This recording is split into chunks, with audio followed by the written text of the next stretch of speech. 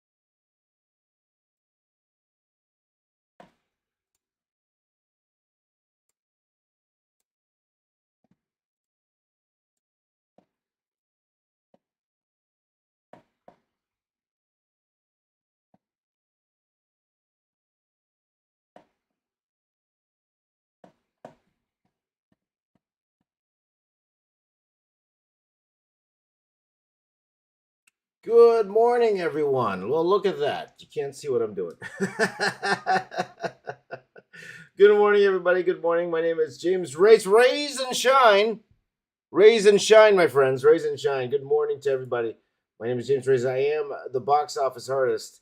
And first of all, you got to see what I'm drawing, don't you? You got to see what I'm drawing. So I'll show you what I'm drawing. There you go. I'm drawing a nice blank page. That's what I'm drawing there.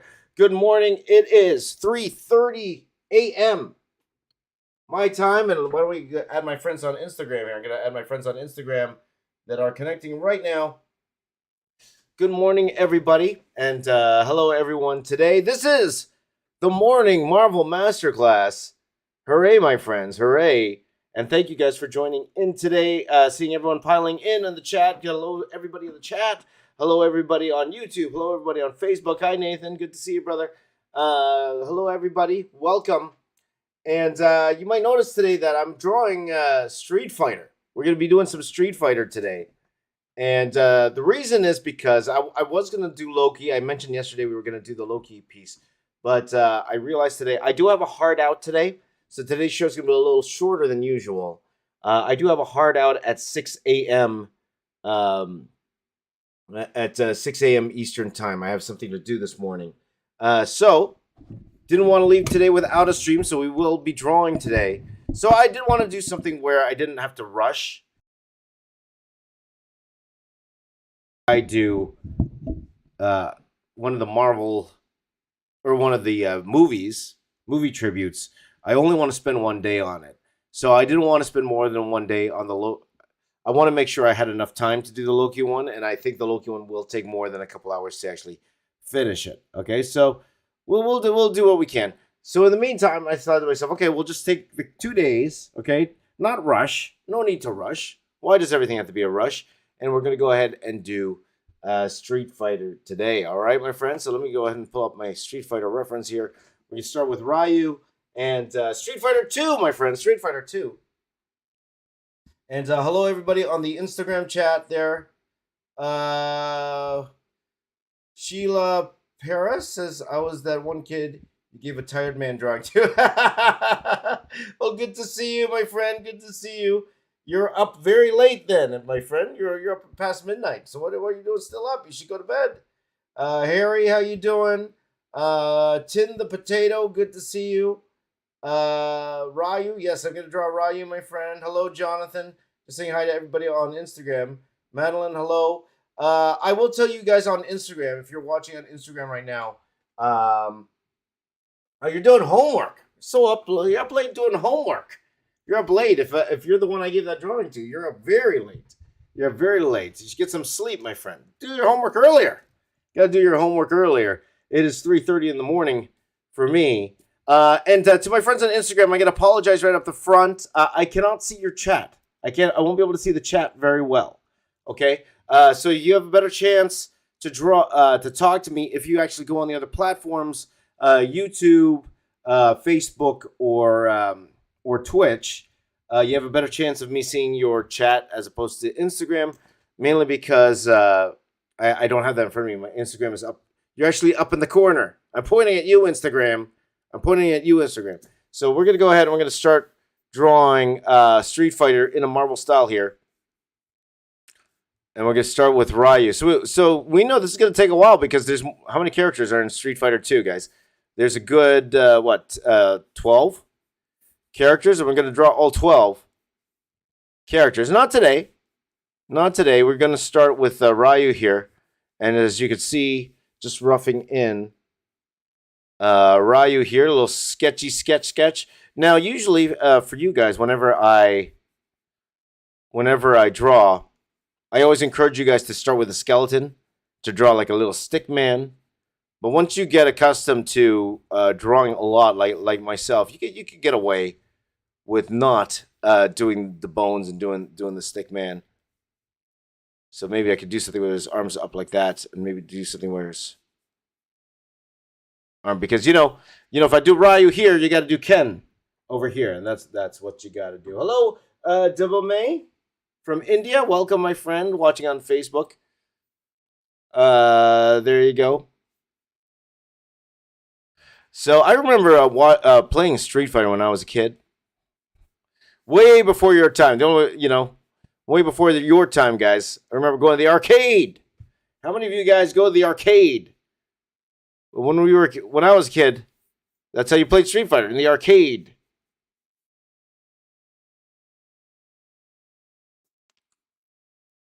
In the arcade. So going ahead and roughing out all the muscles here for the Street Fighter. Raise and shine, my friends. Raise and shine. Good morning, Brian. Good to see you. But I remember lunchtime we would go to the convenience store and we would go ahead and then play. To be honest, I would watch my friends play Street Fighter. I wouldn't play Street Fighter because I didn't have quarters. Put the quarter in the machine and go ahead and play your game, right? So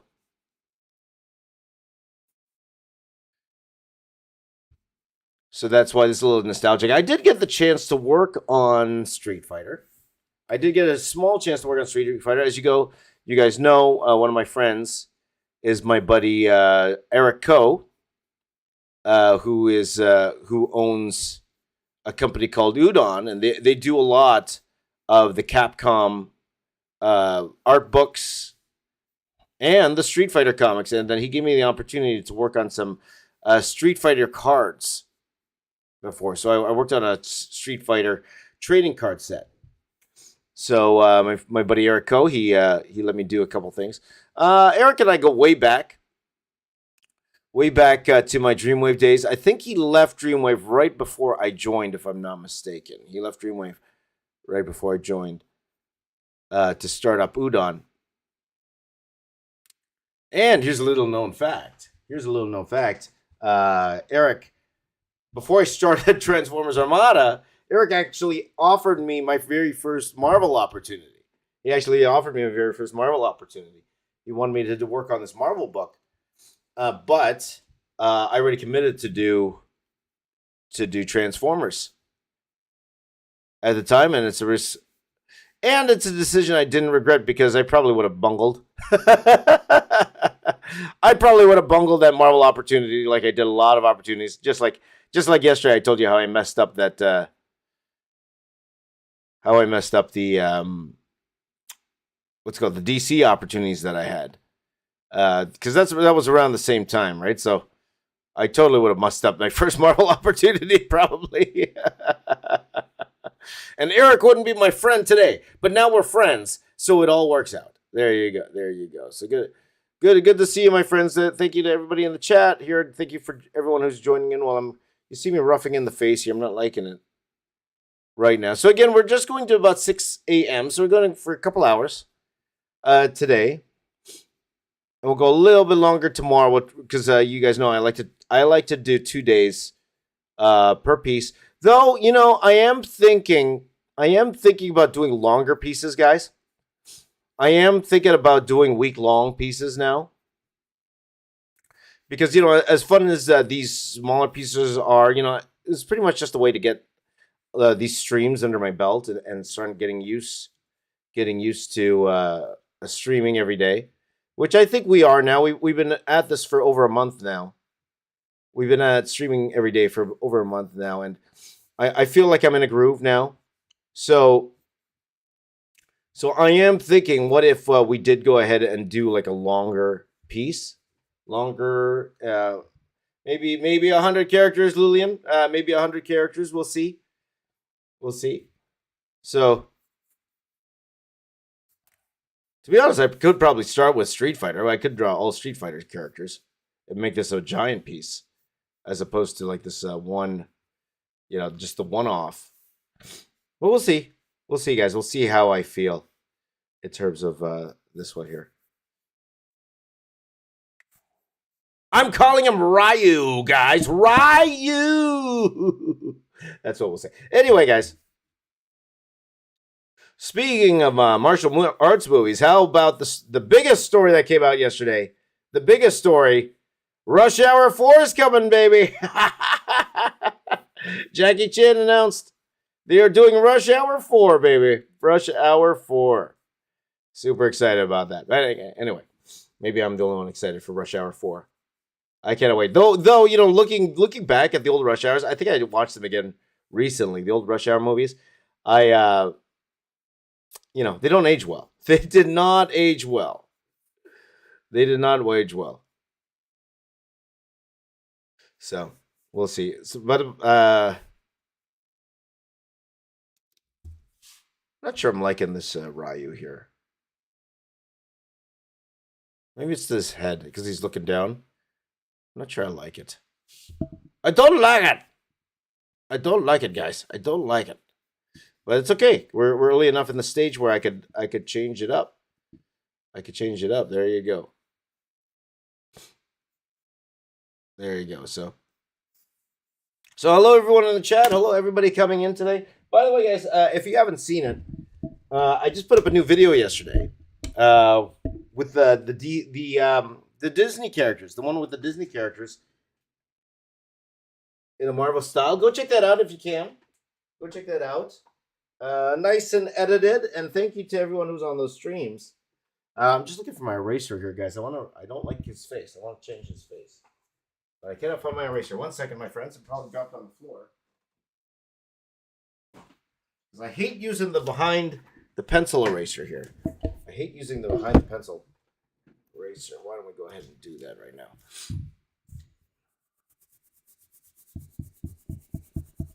Okay, well, I could use behind the pencil eraser. I really don't like this eraser. Because I don't like the face. I don't like the face. I don't like the face. So, for Nana, it's 2:42 a.m. in Central Time, which means it's also 12:42 in Pacific Time. In the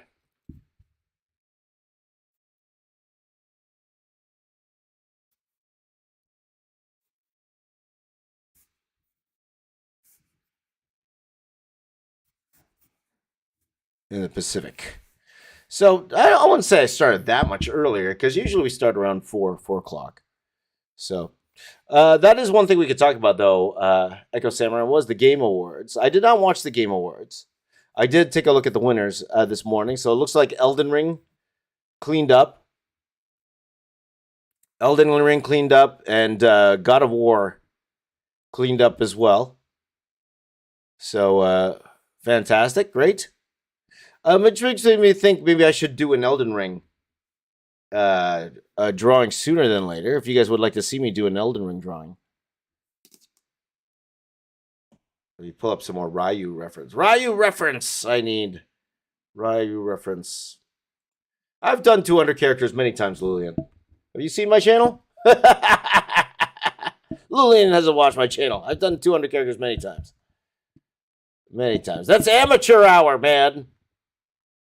Only 200? That's amateur hour. And besides, starting January, I'm going to be doing something that's way more than 200 characters. So we will talk about that, though, a little bit later. Amateur hour. There, Lillian. Amateur hour. So, hold on. Let me just... what's not amateur hour is my reference here. Let me pull up some Ryu reference while I'm going on here. So, why don't we do like a more of an Ask Me Anything today, guys? If you have any questions, by all means, go ahead and ask me anything. Hence the term, Ask me anything. Why don't you guys go ahead and ask me anything? Anything you would like, my friends. Nothing's off limits today. Nothing's off limits today, so please do. Please do it. Oh, not me, you, Lulian. Go for it, man. Go for it, Lulian. 200 characters, great. Though I will ask you, Lulian, what's your intentions with that? I do ask you, is your intentions to get a viral YouTube video? Or is your intentions getting a job? That's my question for you, Lulian.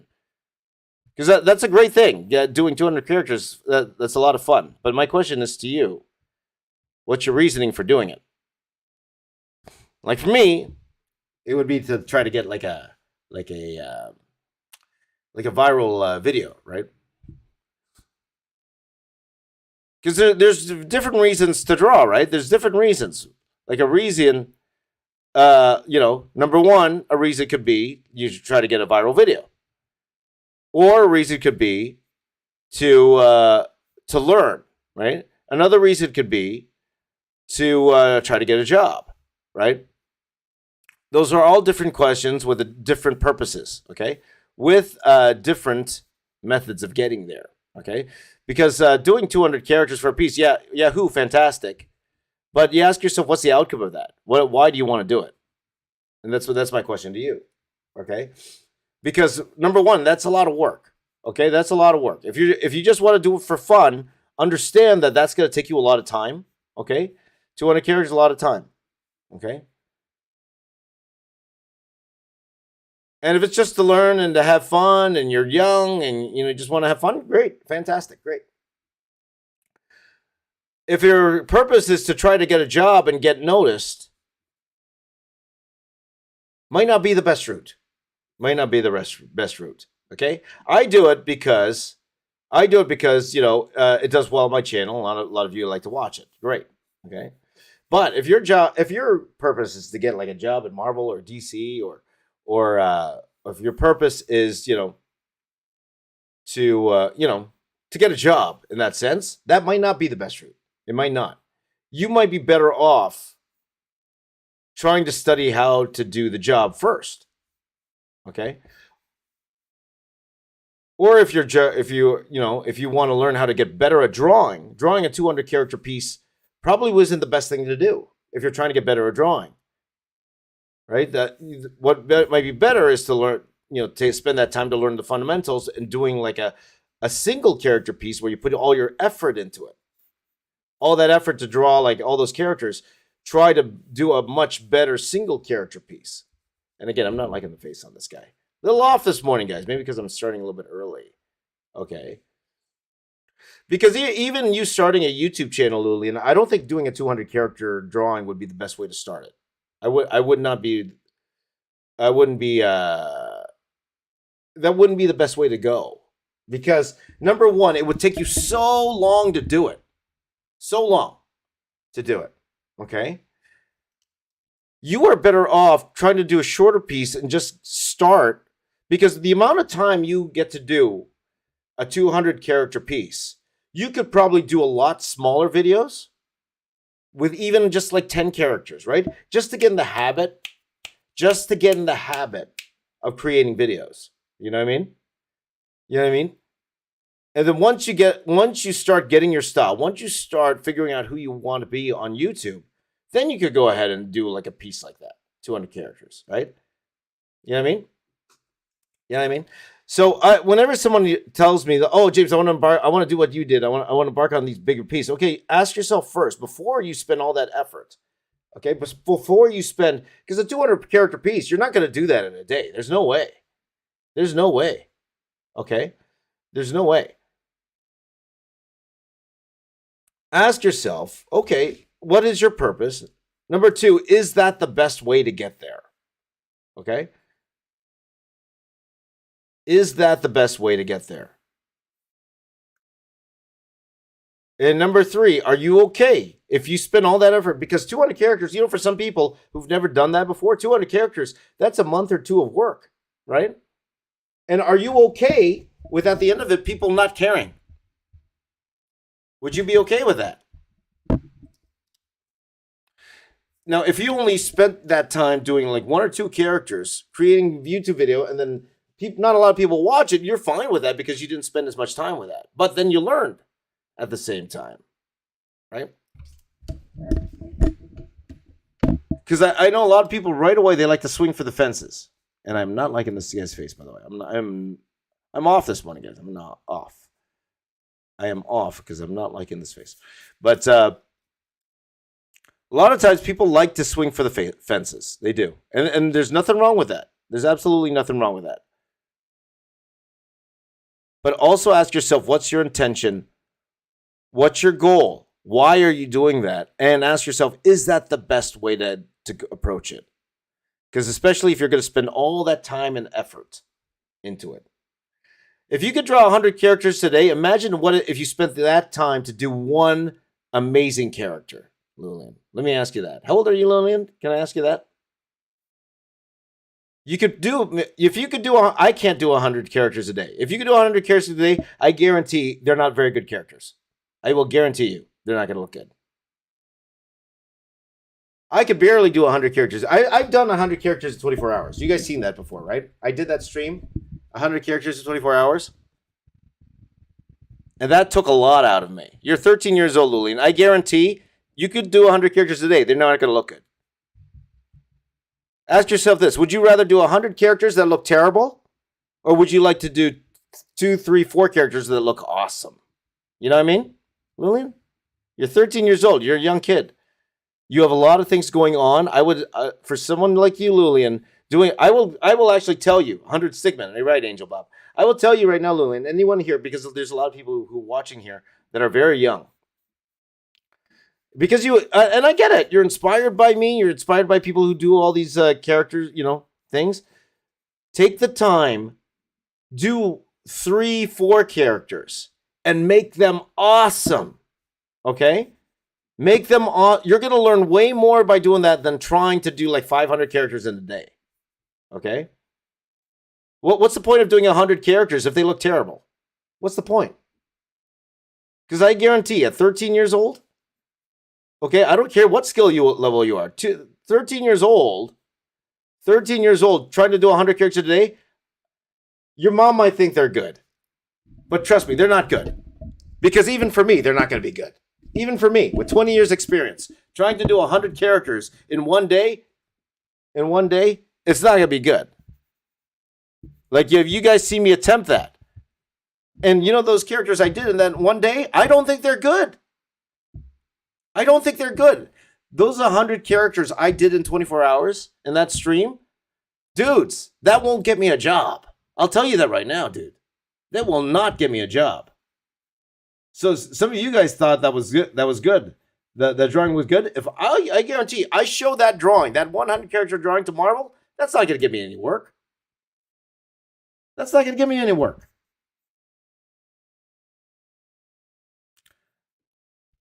So, guys, don't always learn the fundamentals, especially if you're young, 13. Take 6 hours, 7 hours, okay? If you're drawing 100 characters a day, you're working, at least 4, 5, 6, 7, 8 hours. Imagine you take that time, draw one amazing character. One amazing character, right? So Akash says, what defines an awesome character? Well, one that looks good. One that looks good. So it's not even the detail. Is the structure good? Is the anatomy correct? Is the muscular correct? All of that, right? That's what you should concentrate on.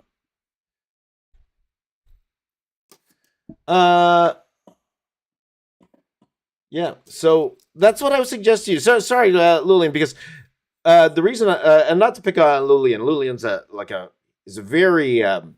Lillian's always here, and I know Lillian wants to be an awesome artist, and you will be, my friend. You will be one day. I know it, okay? You know it, right? And I would even say, don't even try to make a character, Lillian. Don't even try that. Pick your favorite character and try to draw the best you can in one day, especially at 13. Try to draw the best you can. Get the anatomy right. Get the musculature right. Get the shading right. All of that takes time, okay? Because I guarantee, 13 years old, drawing 100 characters, Number one, it's not going to look that great. Number two, nobody's going to care. Okay? All right? Except your mom. Except your friends. Your friends will love you. Your friends like you. They're going to support you.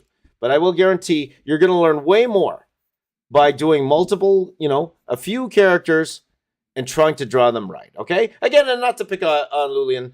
Not to pick on Lulian. He said he will try this. Fantastic. But that's for a lot of kids because a lot of you want to do what I do, right? Because I'll be honest, guys, I have people who send me, a lot of people inspired by a lot of people who were inspired by the Star Wars mural I did, okay? And they're hoping for the same opportunities I got, okay? But the thing is, I know a lot of people who tried it, okay? Because they tweeted me, right? And it's fantastic. I think it's great they undertook that project, okay? But a lot of the ones I saw, I'll tell you guys, a lot of the ones I saw, how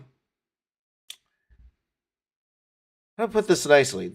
Let's just say the people had a lot to learn when they did it.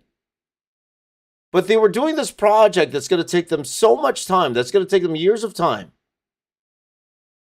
Years of time.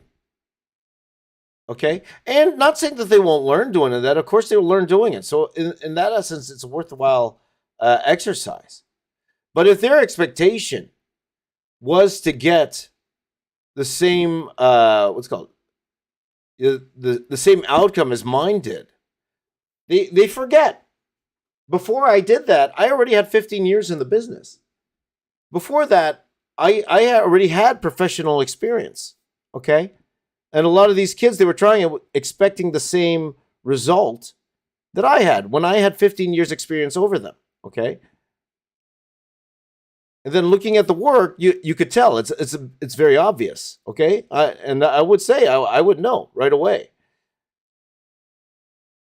Okay, and then you think to yourself, was that a well-time spent? Okay, because I know that's taking them a lot of hours to do. A lot of hours to do, okay?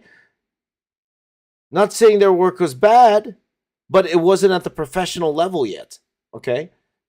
Wasn't at the professional level yet. And then you ask yourself, all that time they spent trying to do that piece of work, would that have been better spent them trying to learn the fundamentals, doing smaller drawings, trying to get better as an artist? Because even if they were, they were trying to do, like a lot of people, with the Star Wars thing, a lot of people said they were going to do it with Marvel, right? Because that's the obvious thing, right? You know what you do with Star Wars? I'm going to do the exact same thing with Marvel. I'm going to do 19 of these giant pieces, same size that I did too. Same size that I did too. Which tells you that was going to take them hours upon hours of work to do. And even if they got better doing it, which they did, they would go back and look at the first ones they did, and they'd be like, oh my gosh, these ones are not at the par of the newer ones, right? So that's why I always tell you, the young kids here, and I get it, you're inspired by the artists you see online, and that's fantastic. I think that's wonderful. Anything that inspires you to draw, anything that inspires you to follow your passion, I think that's fantastic, okay? But also ask yourself, if you're going to embark on a project that's going to take you hours upon hours to do, here's the issue. Number one, if you've never done something like that before, you might get discouraged, okay? There's going to be times when, right away, there's going to be times when those late nights, when you're nowhere near being done, you're going to ask yourself, is this still worth doing? And you might even quit halfway. At your age, okay, for you people, my message to the youth, and maybe that will be this, my lesson to young kids today. Okay, take it from your Uncle James, okay? Take it from Tito James, okay? This is my message to you youngins out there right now. Number one, okay, and I always say this, number one thing you need to do is fall in love with the medium, okay? Fall in love with drawing. Number two thing you need to do is get confidence, okay? This is even before the fundamentals, is to get confidence in your ability to finish things, okay? So Pick a project that you will finish. Pick a project that you will actually finish. Okay? Because you might think, I could do 100 characters a day. I could do 100 characters a day. You might think that's impressive. But it's not impressive. It doesn't look good. Okay? Pick a project that you could actually sit down and actually finish. That way you gain confidence. That way, if it's not the best drawing in the world, you didn't spend all that time doing it. But you got the confidence that you were able to get up and finish something. And then once you start gaining that confidence, what happens? You gain momentum. Okay? It makes you want to do more. Especially if it looks good, right? You do just say in one day you did 5 characters, okay? Which is already a lot. That's a lot. Just say you were able to do 5 characters, and to you, they look amazing. Fantastic. Now you got momentum. Now you got the confidence to go and do more. Okay? Now you got the confidence to go and say, okay, I did these 5 characters. Whether it took you a day, 2 days, 3 days, whatever. I did these 5 characters. I think that looks great. Now you take a step back and you say, okay, how can I make these even look better? Now you can learn some fundamentals. Now you can start studying some anatomy. Now you can start learning musculature. Okay?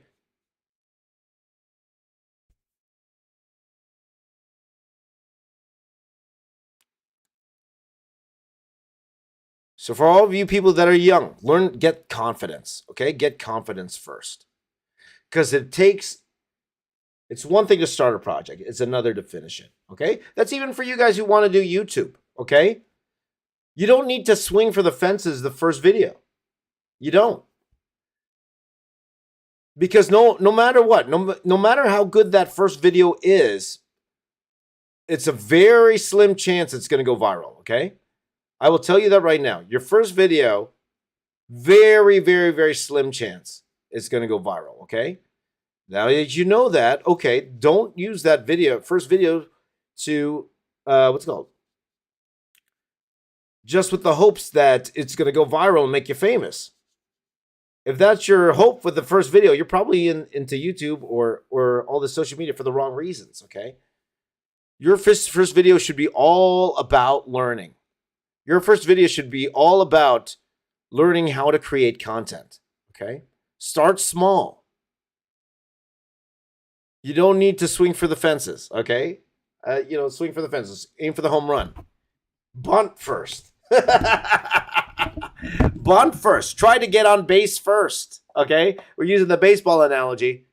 I think baseball is pretty universal, right? I think baseball is pretty what's it called?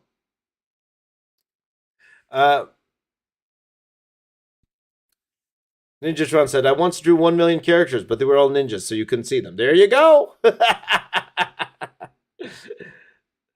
There you go. Because even trying to do my most detailed drawing, there was this kid. There's this kid on Instagram who's trying to do my Metroplex, guys. Okay, and I think it's great. I and he's doing a great job for his age. Okay, and again, if he's doing that to learn, fantastic. That's great. Okay, and hopefully he's learning. Okay, but will that get him a job? No, there's no way it's going to get him a job. Yeah, because you could tell it's done by a kid, right? And he's just a kid. And granted, he's just a kid. And he's learning. Fantastic. Okay, great. But he would have been better off trying to learn perspective. Because the perspective was quite off in that entire piece. Quite off. Okay? He would have been better off trying to do a robot with a lot less detail, but with proper perspective. That would have made a better drawing than him trying to draw all the lines in my Metroplex drawing. Okay. So you see the difference, right? Now, again, it's a young kid, so he's not doing it to get a job, for sure. But to become a better artist, trying to draw something with a lot of detail isn't the best way to do it, guys. It's not. Fall in love with the medium first. Fall in love with drawing first. Work on your then work on your fundamentals. And then the details at the end, That's gravy, guys. That's gravy. That's at the end. That's gravy. The details, the 100 character drawings, that's at the end. That's when you build your skill. That's after all the skills that you needed that were built already. Your foundation is laid. Now you could go and now you could do those crazy projects. But you need those foundations first. You got to learn the craft first. Okay? Unless you just put those prompts in the computer and let AI do it for you. There you go. There you go. So that's what you think. Okay, so that's my suggestion for you youngins. Okay, that's my suggestions for you youngins. Now, Michael Kelly asks, I want to hear your opinion on if college is vital in the art world. Okay, so I've answered this this question in various ways. Okay, I always say it all depends on how you learn. Okay, how do you learn? Do you learn well on your own? Well, two things. It depends on two things, Michael. It's all up to the individual. Okay, because we know school's super expensive. School's super expensive, especially expensive now. You know, people even ask, is it worth going to college now? Okay. Is it worth going to art school now? Okay. It is true. You could probably learn 95% of what you're going to learn in art school online. It's very true. You can. But at the end of the day, is that question, is college worth it? All right. It all depends on the individual artist and how they learn. Okay. Me personally, I needed a college because I needed that push. I needed somebody to tell me, hey, this project is due on this date, okay, or else. And that was especially vital for things I didn't like to do, okay, like doing, for example, animation, or doing something like rigging.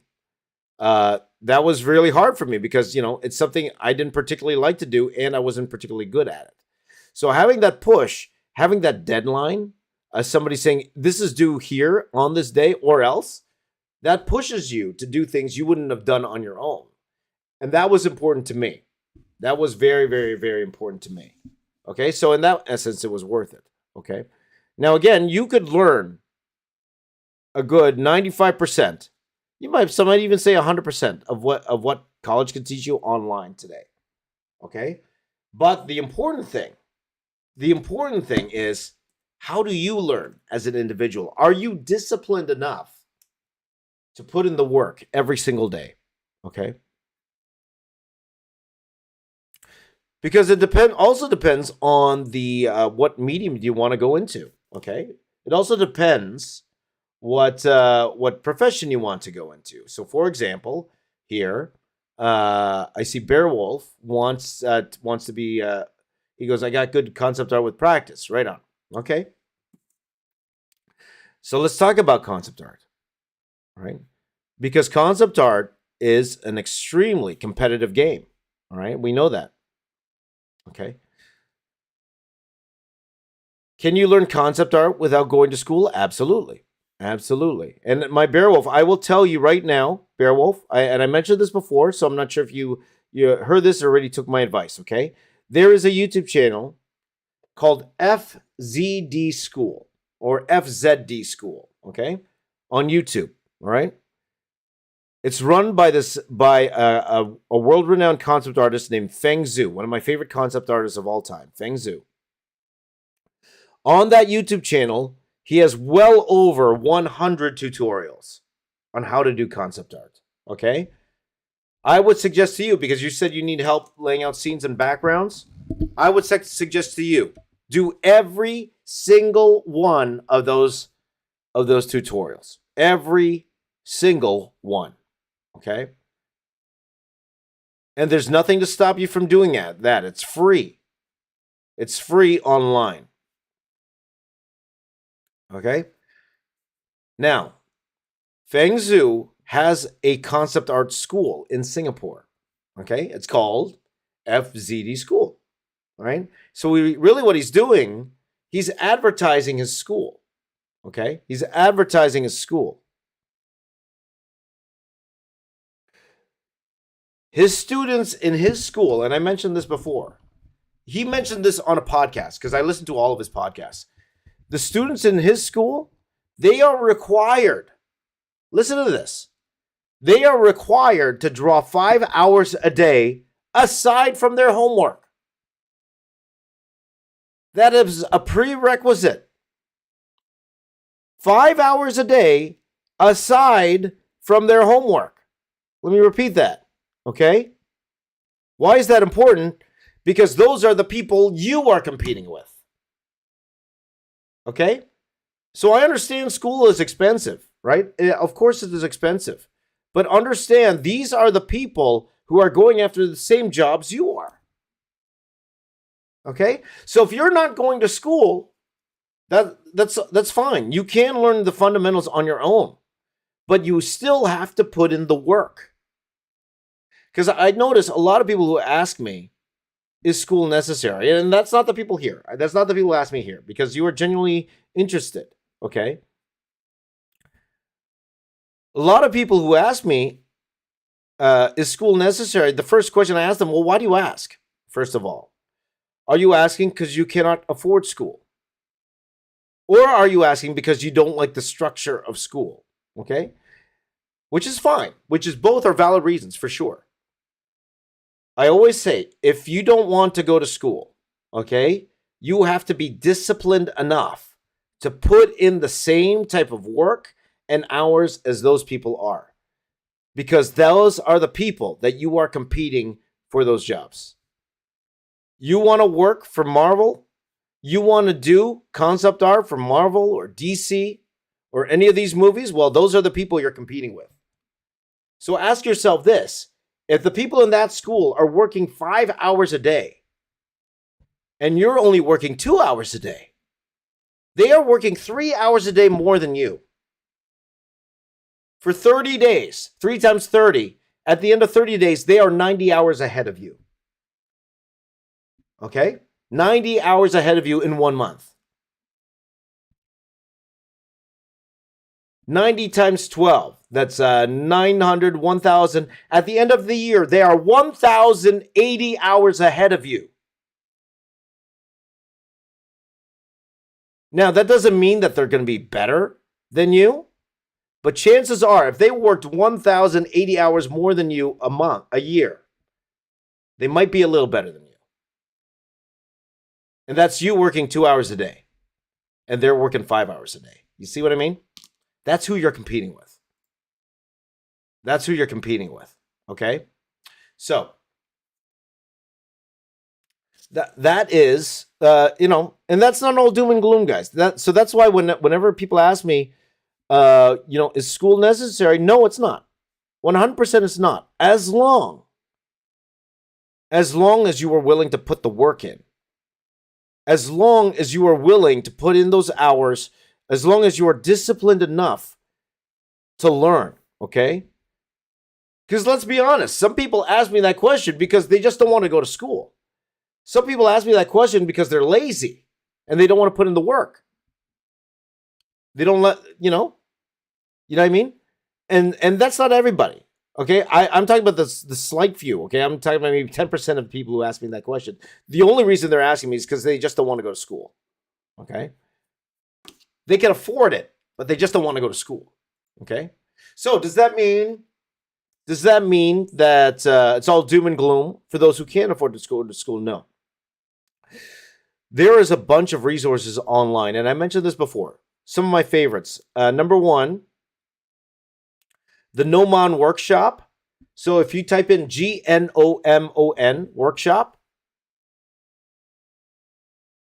they for a fee a month, you have access to so many tutorials. Like I'm not sure if it's 100, but it's a lot of tutorials for a small fee a month. You could learn Maya, you could learn ZBrush from the greatest in the world. You could learn drawing. I even think David Finch has a course on there, if I'm not mistaken. You could learn learn every single discipline. You could learn digital painting. You can learn all this stuff, okay, on there from the best, okay? That's one. Another one is schoolism. If you guys haven't heard of schoolism, Bobby Chu, who also came from Sheridan College, my alma mater, but he also created Lightbox Expo.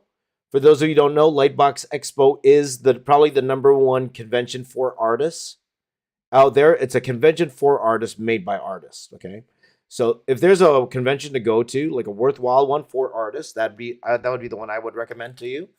Is Lightbox Expo. He has something called schoolism. So if you look up schoolism online, again, for a very small fee, I think it's like only $15 a month. $15 a month, you have access to tutorials from the greatest concept artists in the world. Greatest concept artists in the world. Okay? So yeah, save your money going to school. Use those ones, but understand you have to put the work into. Understand you still have to work extremely hard to get where you need to go. All right? Because I'm definitely not the only one to say this. I told you guys about my friend Jim Zub, prolific Marvel writer Jim Zub. I did an interview with him. So if you go to my podcast channel, Box Office Artist podcast channel, I have a full interview with Jim. And we talk about that. We talk about school because he's a professor. He's a professor at Sheridan College. I'm not sure if he's still I think he's still doing it, if I'm not mistaken. He's a professor in the animation program at Seneca College, and he's this world-renowned writer. Like he does all these titles from. He still works a lot for Marvel right now. He does a lot of titles for Marvel right now. But he says about that question: is school necessary? We go in depth into that question. Is school necessary? So that's a worthwhile listen, guys. If you want to listen to that particular podcast, that is a worthwhile exercise. Is to listen to that podcast. Okay. So yeah. Brian says I always wanted to go to the Kubert School, but I found out I cannot try. The Kubert School, ever since I was young. The Kubert School was the gold standard for anyone who wanted to be a comic book artist. You wanted to go to the Kubert School. The Kubert School is run by the Kuberts. Joe Kubert, legendary comic book artist, but then his sons, Andy and Adam. Yeah, Andy and Adam, both they're legendary now. Legendary Marvel and DC artists. So when growing up, that was the school you wanted to go to if you wanted to do comic books. Was the Kubert School for art, and they also do animation and all that stuff now too. But that was the school you wanted to go to, because also they had the teachers that came from the industry. But again, now guys, you could learn everything online. You could definitely learn everything online. But again, it's all about the work. All about how hard you are willing to work. To get that going, right? So we'll see.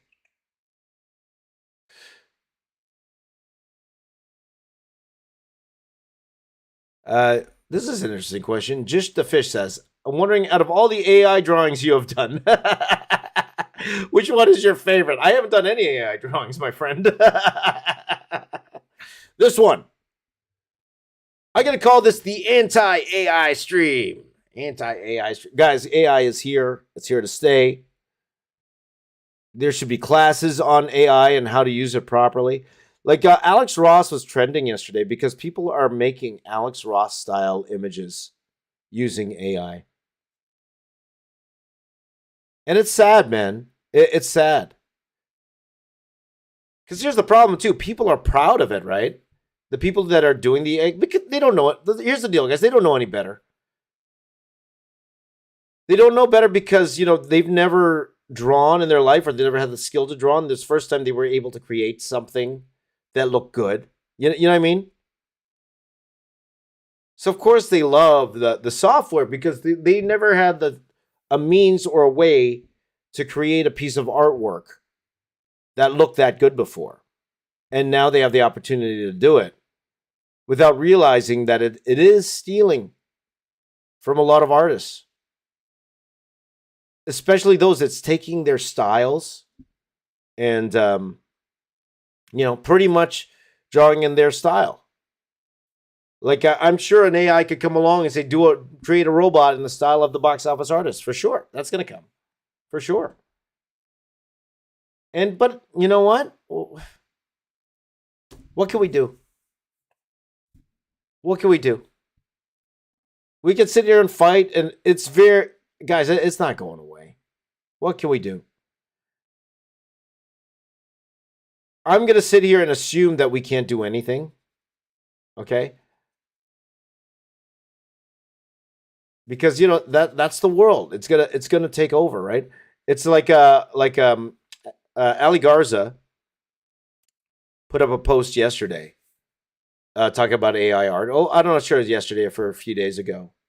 Ali's a friend of mine, and he was saying, you know what, for him, this AI art, it's very similar to when people, started using Photoshop. For him, it's the same as when people started using photos to make their artwork, like the Boss Logics of the world and stuff like that. When they're using "quote unquote" photo bashing, and I always hate that word, photo bashing. I have a huge relationship with photo bashing because that was my job. That's how I did matte painting. That's how you do matte painting. You use photos, right? So.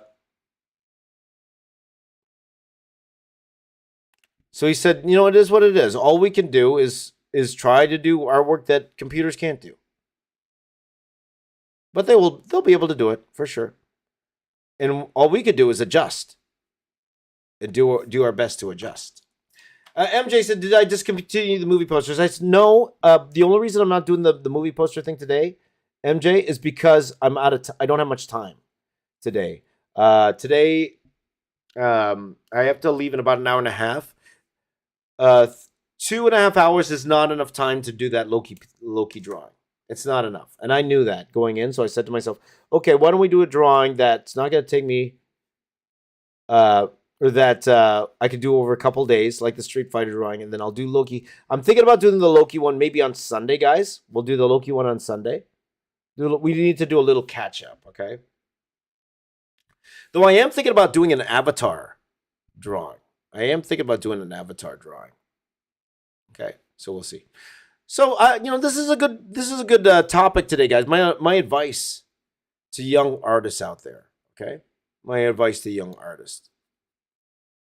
It's a nice topic today. So there you go. Because again, a lot of you guys are young.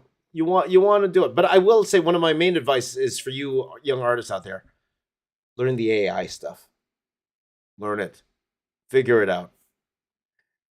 Young artists out there, learn how to use AI to your advantage. Instead of trying to fight it, to you young artists out there. Us old guys, we're going to go ahead and fight it. Okay? Let us fight that fight. You guys, figure out how to use it to your advantage. Use it in a way that's not stealing from anybody. Okay? Try to use it in a way that's not stealing from anybody, and will enhance your own art, okay? Or figure out a way to do better than AI art. That is your challenge, you young guys out there. That's a young man's game. It's not mine. It's not my game to figure that out, okay? That is a young man's game, all right? Figure that out. Because it's here, man. Joe Rogan shared it, right? Joe Rogan shared AI art the other day. It's not going anywhere, and he was praising it. It's not going anywhere, guys. It's not. Because the thing is, too, you know that AI art that Joe Rogan shared? The guy who made the prompts to make the art. See, I don't even want to say the guy made the art, right? But the guy who used the AI technology to do it. Apparently, it was copying a very famous traditional artist. I forgot his name, the traditional artist. But I went to the guy's page, the guy who made the AI art, where he posted it. And tons of people, guys, tons of people on that post were going, hey, where can I buy this? Where can I buy prints of this? And the guy was nice. The guy who created the AI art, he was nice. He said, no, don't buy prints from me. Buy it from the original artist. And he directed them to the original artist that the AI art was copying. Which brings a whole new level to this AI art, guys. What's going to happen at comic conventions now? What's going to stop these people?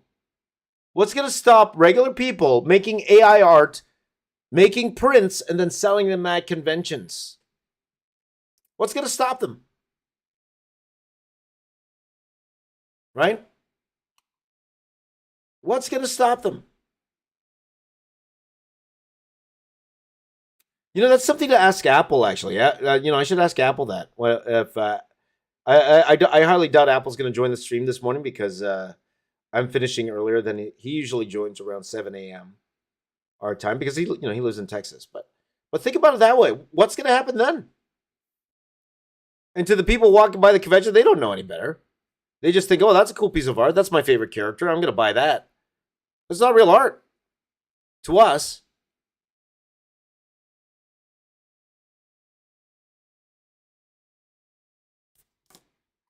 Right? New rules, Suchar said, but how would they know? How would people know? They won't. Who's going to actually say, oh, I made this AI art? They're just going to say, oh, I made these. I made these. But then again, it's just like those people that, you know what they do at conventions sometimes?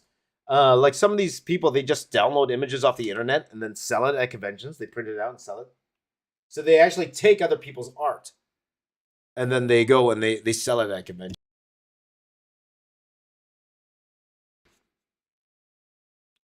Boo. You know.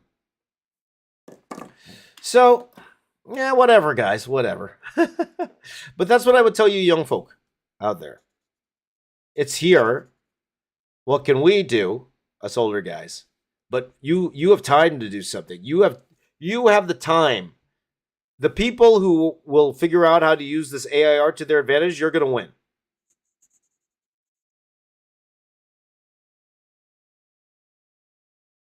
The people who could take this AI art and then use it to their advantage to do something innovative with it, you guys are going to win. Okay? So for you young guys, it's a waste. I feel it's a waste of time for you young guys to try to fight this. I would say to you young guys, figure out how to use it to your advantage. How can you use AI and make yourself a better artist with it? Okay. Yep, and that's another thing. They got a taste of, Brian says, taste of how to handle copyrights when NFTs started becoming insane, for sure. And think of companies that used to hire artists to make NFTs. They don't have to anymore. They got this AI art that will tell them, hey, make this in the style of my favorite artist, and we'll do it. It will do it.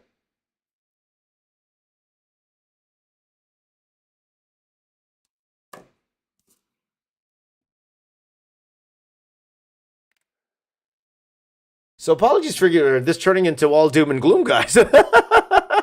Is that my advice to young artists? Doom and gloom? Is that my advice to young artists?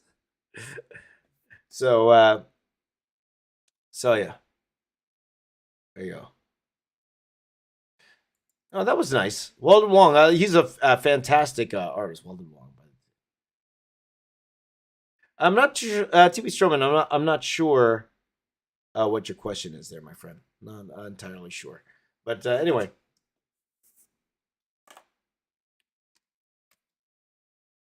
So another advice I have for young artists, okay? Some of you asked me what course I should take, okay?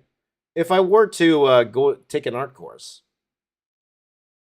what course should I take? And I always say, whenever someone asks me that, like what art course should I take? I always tell them animation is probably the best way to go, okay? And let me tell you why. Whether you want to be a comic book artist, whether you want to be a 3D artist, whether you want to be like any type of artist you want to be, you're going to learn all of those fundamentals, all of them. You're going to learn all of those fundamentals if you take an animation course, okay? Because animation course, what are you going to learn? You're going to learn how to do storyboarding. Well, number one, you're going to learn how to draw. Okay? Guaranteed. Number two, you're going to learn things like storyboarding. You're going to learn things like layout. You're going to learn things like, working under a deadline. You're going to learn anatomy. You're going to learn how to draw creatures. You're going to learn so many things in an animation course that you will need, even if you weren't doing animation. If you end up not wanting to be an animator, okay.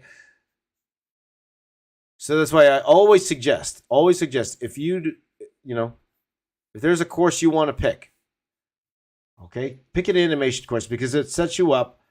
It would set you up for a whole bunch of different careers that you could possibly do.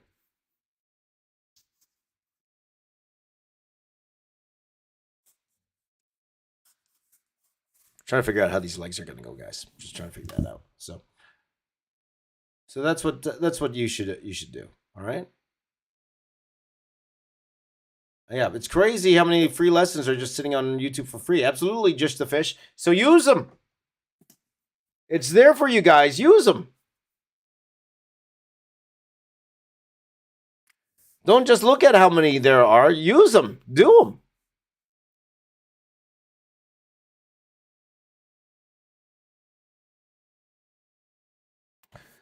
Now, if you want to specialize, or if you already know what you want to do, guys, like I would also say to you, another advice I have for young artists, okay?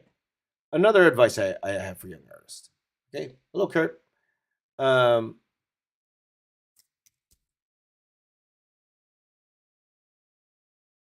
Be open to try new things. When it comes to art, let me just make that clear. Okay. Because you might think to yourself, oh, look, I like this one discipline of art, and then realize that there's another that's better for you. Okay, again, let me give you an example of that.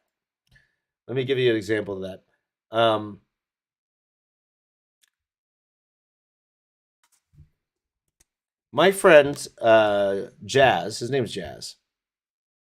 My friend Jazz, and I told this story many times. My friend Jazz, he was in my computer animation course.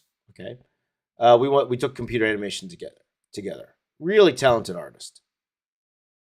And he goes to me, James, I'm going to be a 3D modeler. I'm going to build 3D models. I'm going to work for movies, and I'm going to do nothing but build models, 3D models. I'm going to be a modeler. So that was the term, 3D modeler. And that was my first job out of college, being a 3D modeler. And he was such a hard worker. He was one of the hardest workers I've ever seen in my life. I remember he sat down one day, and he was modeling this car. He was creating this car in 3D. He sat down, and then I left for the day. I went home. I came back the next day. He was sitting in the same spot. He didn't move all night. He sat in the same spot, and he created this amazing 3D car, right? Out of 3D. And it looked amazing. Fantastic job. He goes, James, I'm going to be a modeler. And then he took his first animation class. Because in computer animation, we do everything. We do modeling, we do animation, rigging, everything. Then he took his first animation class. And then he said to me, James, I'm going to be an animator.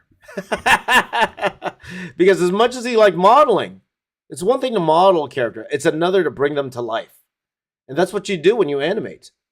When you're animating, you're taking something that's like a static statue and you're giving it life, right? And he loved it. So much to the fact where he said, this is going to be my job. I want to be an animator. Right? So it's just like me. Guys. Like, for the longest time, I wanted to be a comic book artist, right? Right out of high school. I'm like, I'm going to draw comics. I'm going to draw comics for a living. That's what I'm going to do.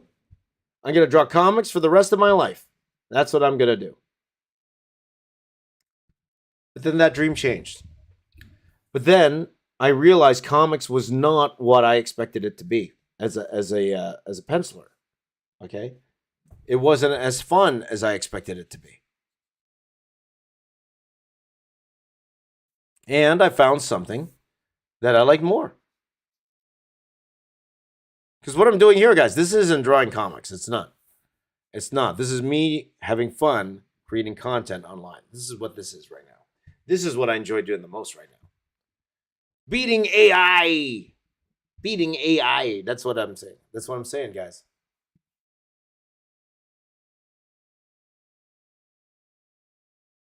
So be open. Be open. Like, you could go into school, you could start your art journey thinking, okay, I'm going to be an art YouTuber. Okay? All well and good. All well and good. But then after a few videos, you might find it's not for you. Okay?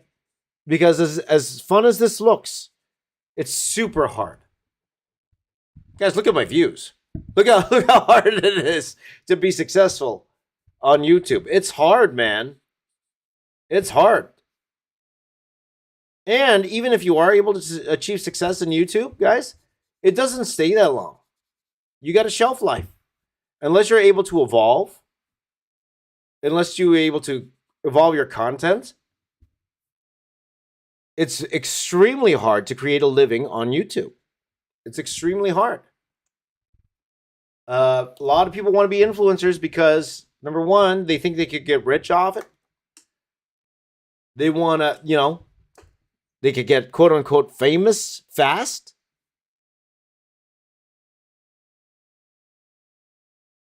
And I mentioned this before, like a lot, you always say there's no such thing as an overnight success.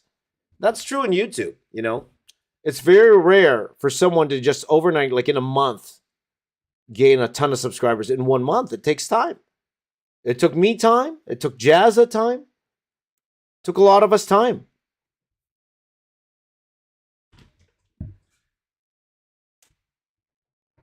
It took a lot of us time. Ask any one of us. It took us, like some of us, years. It took me 5 years to get to 1 million subscribers, guys. 4 years without making any money on this. 4 years without making any money on this. Did my phone die, by the way? I just realized my phone wasn't plugged in. Oh, no, we're still going on the phone. Hold on, my friends on the phone. I'm going to plug you in. Hello, everybody on Instagram. Hi. Thank you for joining in and listening to me rant.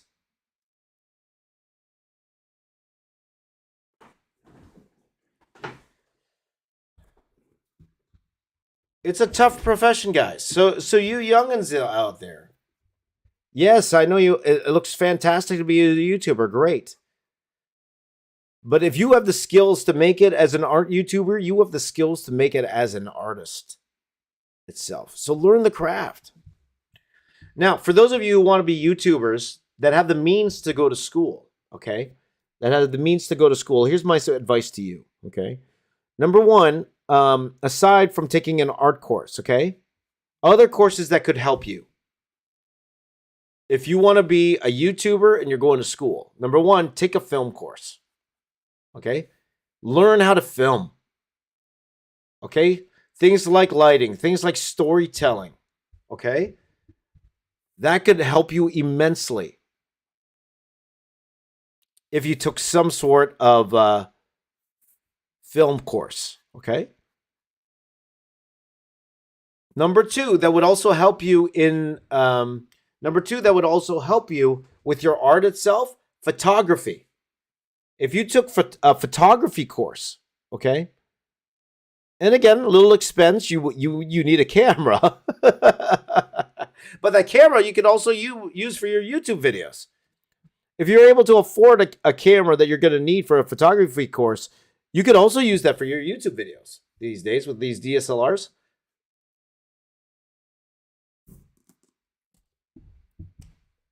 That's another thing you could do. Okay?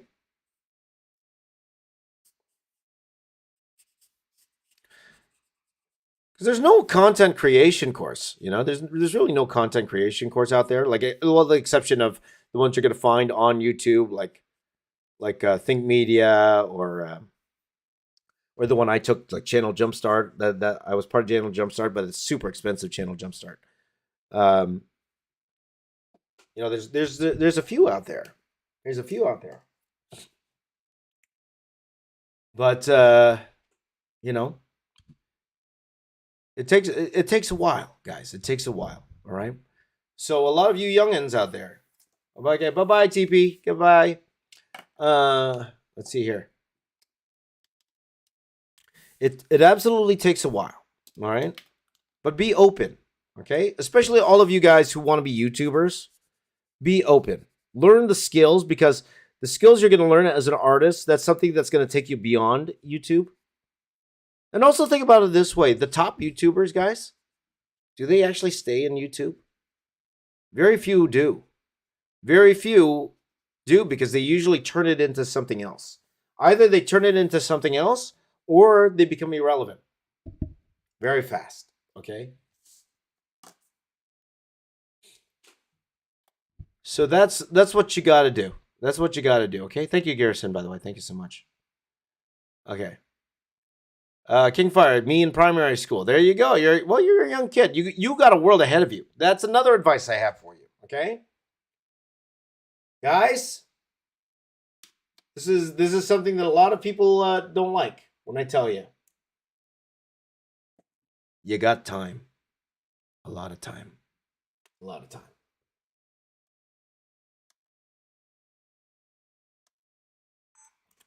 You have so much time. If you're in primary school, I'm going to tell you, like, if you're in primary school, first of all, you're lying, because nobody under 13 watches my channel. Take that, Copa. But if you're that young, I guarantee by the time you get to the point where you need to decide what you want to do, you're going to change your mind, like a lot. You're going to change your mind a lot when you get to the point where you want to actually decide what you want to do in life. Okay? So if you're in primary school, enjoy yourself.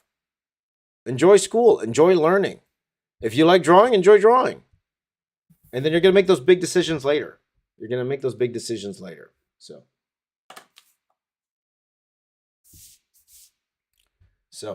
okay? Easy Art says, I started with the phone camera and I have 1,000 subscribers. Congratulations. That's awesome. That's great. That's not easy. That's definitely not easy. Congratulations. Keep going. Keep going. But I will tell you guys, and a dose of reality for you, okay?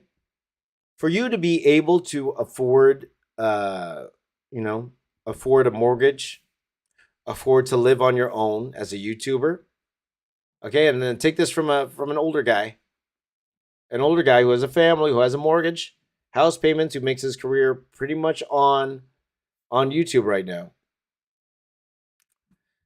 You're going to need at the minimum, okay, 1 million views a month to live on your own. Minimum. Even that might not be enough. 1 million views a month. Okay, and I always I actually say, and it's fantastic you have 1,000 subscribers, Easy Arts. Okay, sometimes it might feel like I'm here. Sometimes if I hear like I'm trying to bring you guys down, I'm not. I'm just giving you reality, okay? I'm just giving you reality, okay? Being YouTuber is hard, all right? It's hard. For this time, it's very, very hard, okay? It's no longer about subscribers. It's no longer about subscribers, okay? Subscribers maybe was important maybe 3 years ago, if not later, okay? What matters now is views and how long people watch your videos. All right? Yes, Mr. Beast has over 1 million subscribers, but what's even more important is that he has an average about 50 million watching every video. Okay? That's more important than the subscribers itself. There are guys that are, for example, my friend, Brick Legends started following me. And by the way, he did this Ninjago mech that I'm probably going to do next week. Okay. But my friend Brick Legends, he's doing way better than I am. He only has 80,000 subscribers compared to my 1.5 million. But with his views, he's making thousands more than I am at 80,000 subscribers. Okay? So it's not about the subscribers anymore, guys. Okay? It's about the views. It's about how long people watch your video. Okay? That's what you should be concentrating on. All right? Now, subscribers is great. It's the only metric.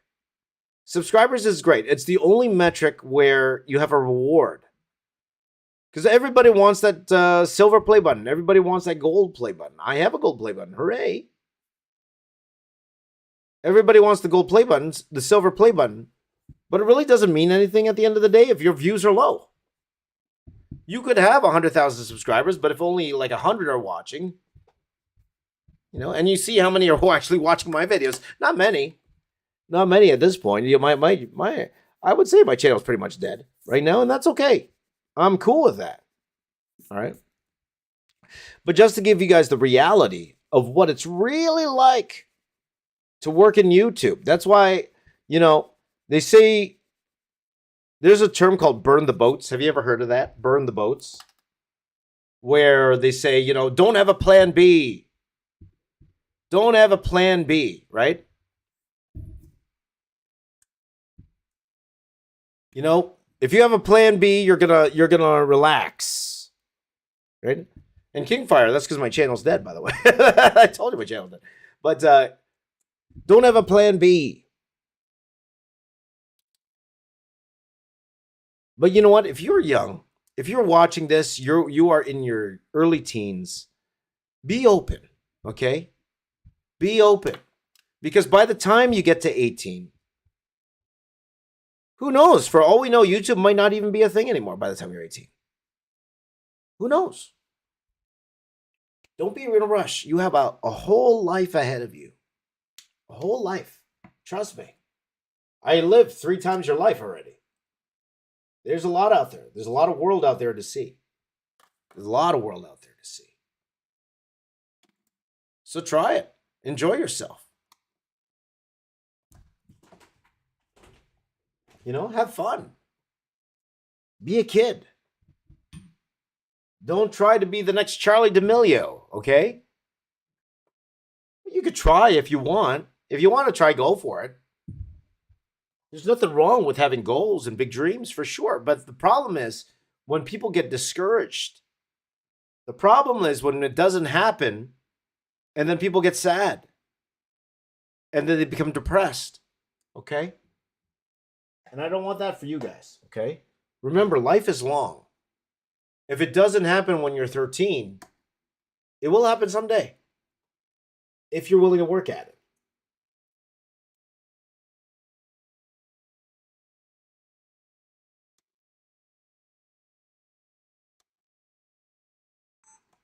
Remember, and I mentioned this before, someone's trying to dispute me. You can look it up all you want. Remember, Stan Lee didn't start making Marvel comics, until he was 40 years old. Okay? You got time. KFC, the guy who created KFC, Colonel Sanders. We see his image on there all the time. I've drawn him many times. He didn't start KFC till he was 56. 56 years old. 56 years old. All right? Because we're in such a I need it now society right now. We're such a if it doesn't happen now, I failed society now. Where people don't understand. No, you got tons of time. Tons. Take some time to be a kid. Take some time to have fun. Take some time to learn. You have time. You have time. Brian says, unfortunately, I could only make plan C's. Well, there you go.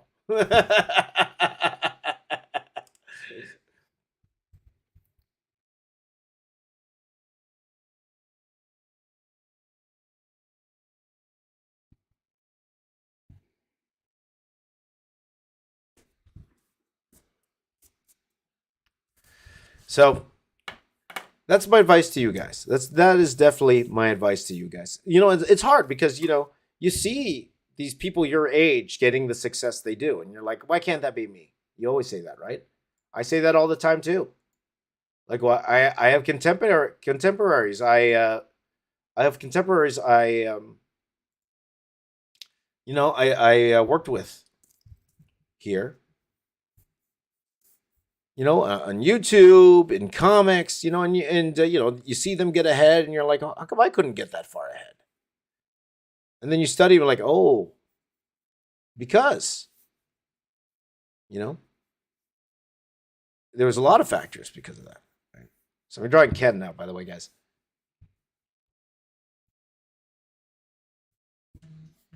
And it's okay. It's okay, guys. All right. So not to discourage you, not to say don't work on your dreams, not to say don't shoot for the stars. Go for it. Go for it. Shoot for it. But there's a book called Atomic Habits. Okay, I read this book. It's funny you say you read a book. Nobody really reads book anymore. I listened to the audio book of Atomic Habits. Okay, I big recommend. Big recommend Atomic Habits.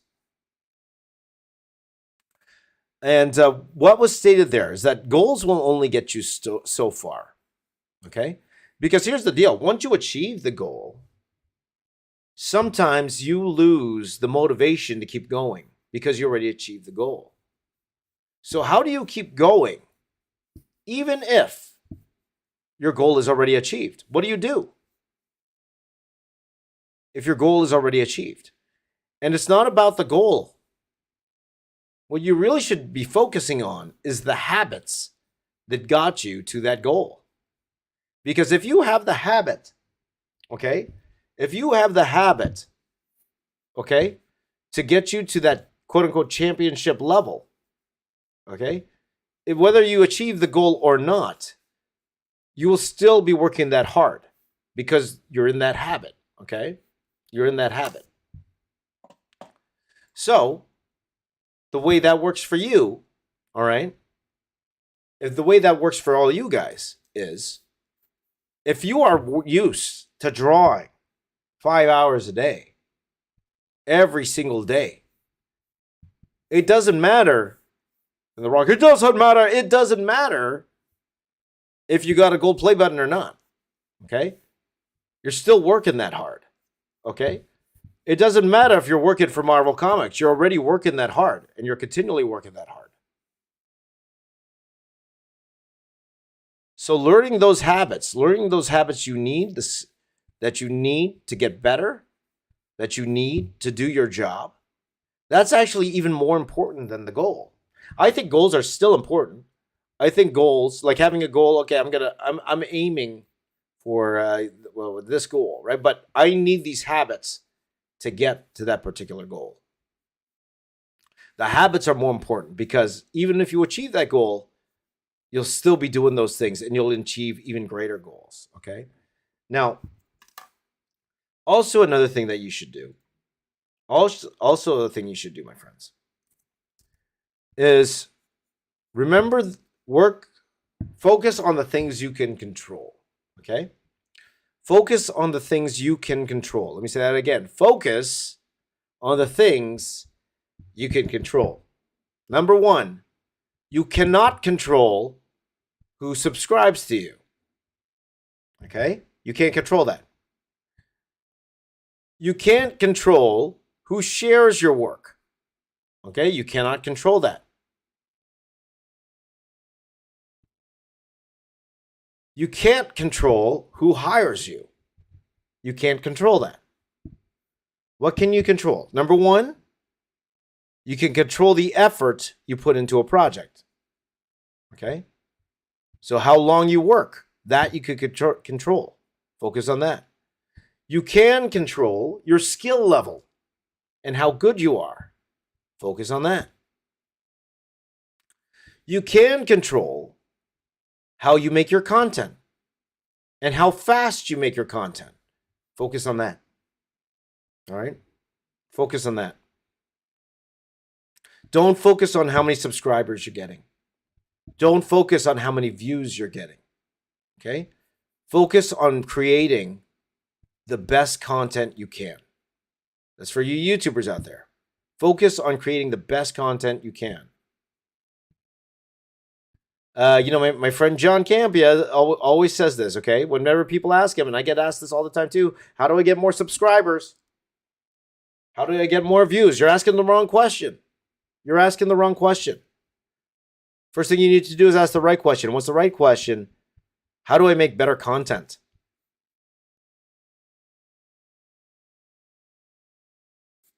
How do I make more watchable drawing videos?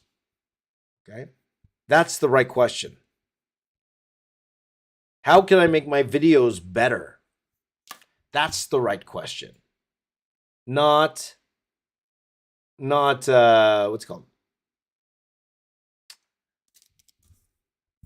Not how many subscribers, how can I get more subscribers? Okay? That's the wrong question. Because at the end of the day, you can't control that. Okay? You can control quality of your videos. You can control the type of videos you make. You cannot control who watches it. All right?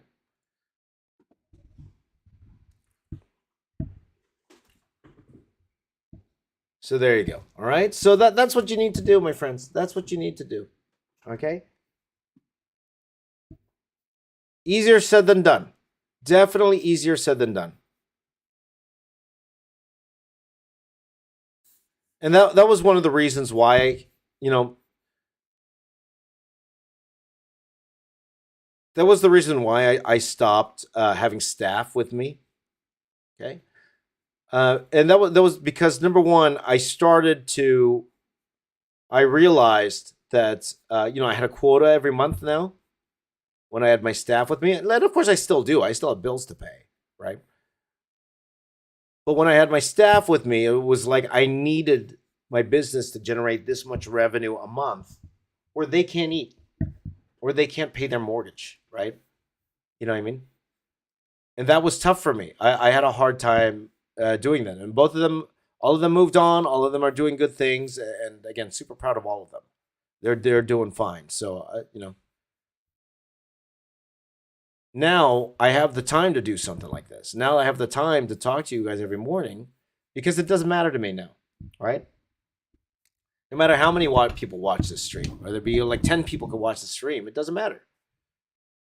Because I'm here, I'm just here having fun every single morning and hanging out with you and teaching you and giving you guys my knowledge and everything that I've learned over my 20 plus career in art. That's why this is the Masterclass. Whether you learn from what I'm drawing or not, that's up to you. But hopefully the things I say can even be better. Oh, did you send a super chat there? My bad. I apologize, my friend. You sent a super chat. I missed that, bro. Did you? Let's see here. My apologies. I was talking too much. I didn't see. There's no super chat here, my friend. Brian, I missed the super chat. Well, even at 10 years old, Kingfire. At 10 years old, you should be thinking about this stuff, man. Yes, you're a kid. Enjoy being a kid. You be honest. At 10 years old, enjoy life, man. You're 10 years old. Have fun. It's not life or death. You have if you're 10 years old, right? You don't have to worry about any of this stuff for at least another 6 years. 10 years old, have fun. Be a kid. Go ride a bike. Get outside more. Get outside more, guys. Nobody goes outside anymore. They go outside and they bring their Switch with them. Go outside. Go outside. Have some fun. Did I miss? I must have missed that, my friend. I must have missed that. It said Raiz has the AI in the heart of it. Conspiracy? Maybe, my friend. Kason's 22. Okay, now you got to work there, Kason.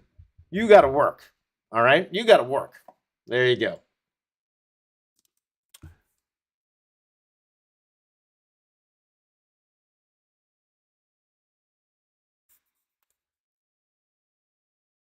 But again, my biggest quote-unquote issue with this generation. Like, we have some very smart kids in this new generation. It's Generation X, Generation Alpha.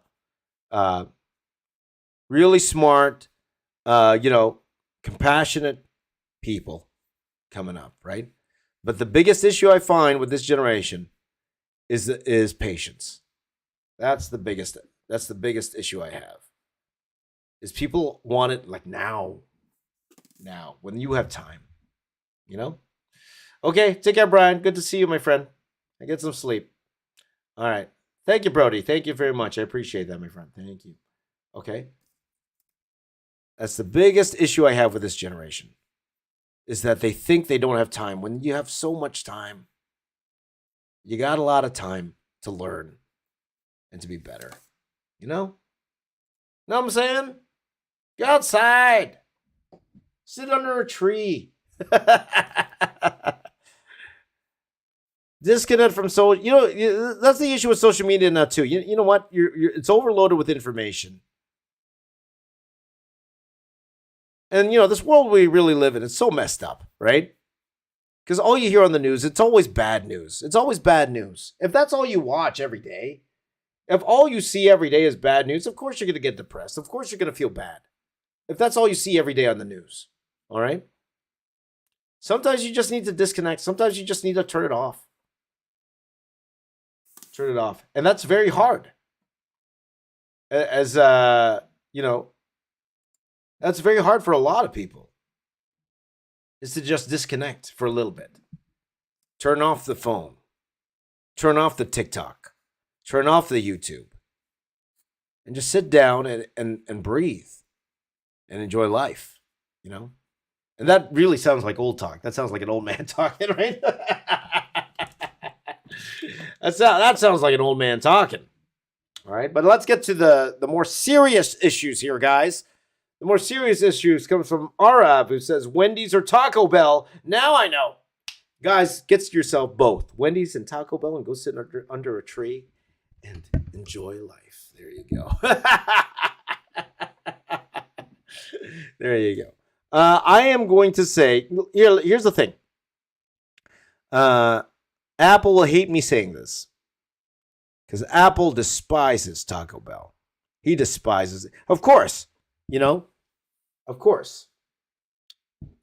He has the real food, right? He's got the real Mexican food, right? He's got the real Mexican food, my buddy Apple. But I don't mind a good taco from Taco Bell. I don't mind. Don't tell Apple that. Don't tell Apple. He won't be my friend anymore. I don't mind a good taco from Taco Bell. I don't mind. But I love a good Wendy's too. Wendy's is one of my favorite burgers, for sure. I actually like Wendy's a lot. Depends what I'm in the mood for. And here's the deal. Here's how I know Taco Bell's okay. All right, because my wife used to work at Taco Bell, and she loves going to eat Taco Bell. Okay, that says something, because usually whenever you see somebody work behind the scenes at these stores, usually when you see someone work behind the scenes at these stores, they know the bad stuff that's going on there. They know the bad stuff going on there. So the fact that she worked at Taco Bell when she was younger, and she still wants to eat at Taco Bell, okay, that means it's okay. It's all right to go there and eat. It's safer than other places. Now again, it doesn't matter what fast food or restaurant you go to. There's always the risk of somebody spitting in your food, There's always that risk. How do you know? You don't know. You don't know if the workers are spitting in your food or not, or farting in the lettuce or whatever that is, right? They could be. How would you know? You wouldn't know.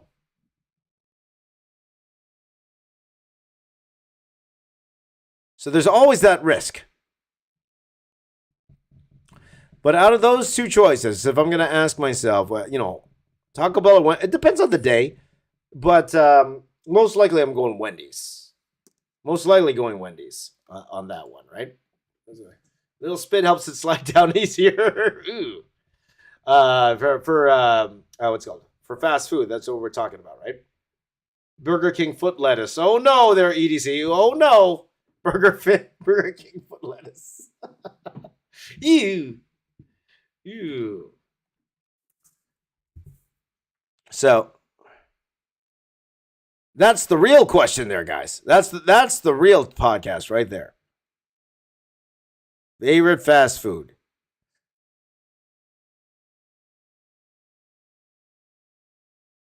But no joke, my wife's favorite fast food really is Harvey's. We have a burger chain here. Fast food chain is called Harvey's up here in Canada, and that is my wife's favorite. I like a good Harvey's burger too. It's pretty good. Like here, that is my favorite. So I will go Harvey's more for nostalgia, but I do love a good Wendy's burger. Whenever I'm in another country, one thing I like to do is always see what's in their McDonald's, right? I always like to see if their McDonald's has something different than other places, right? Angel Bob likes Five Guys. Five Guys. The only issue with Five Guys here is that it's the Five Guys here. It's made with peanut oil, and my daughter's allergic to peanuts, so I can't go to Five Guys that often. Because before Five Guys, they would have the peanuts outside. They would actually have sacks of peanuts outside, and I love a good Five Guys burger, but I can't eat there that often. Because of the peanuts factor. Now, from what I hear, I actually heard they actually stopped using peanuts, but I can't take that risk, right? I can't take that risk. So there you go. Kingfire doesn't have Wendy's they're talking about. That's fine. What do you have? What is, let me ask my friends here for international. Okay?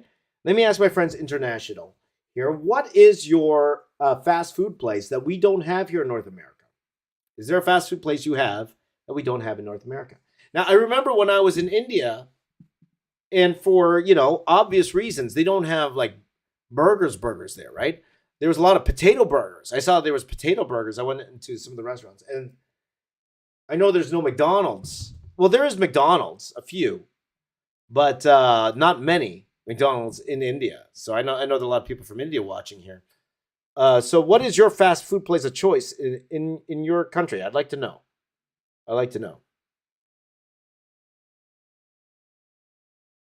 It's always a fun topic of discussion. But anyway, like for example, when I was in, was that in Hawaii? When I was in Hawaii, Joji's, Poonam says Joji's.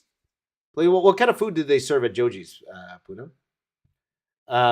When I was in Hawaii, they had something called Simon. Simon, it's like ramen. It's like ramen.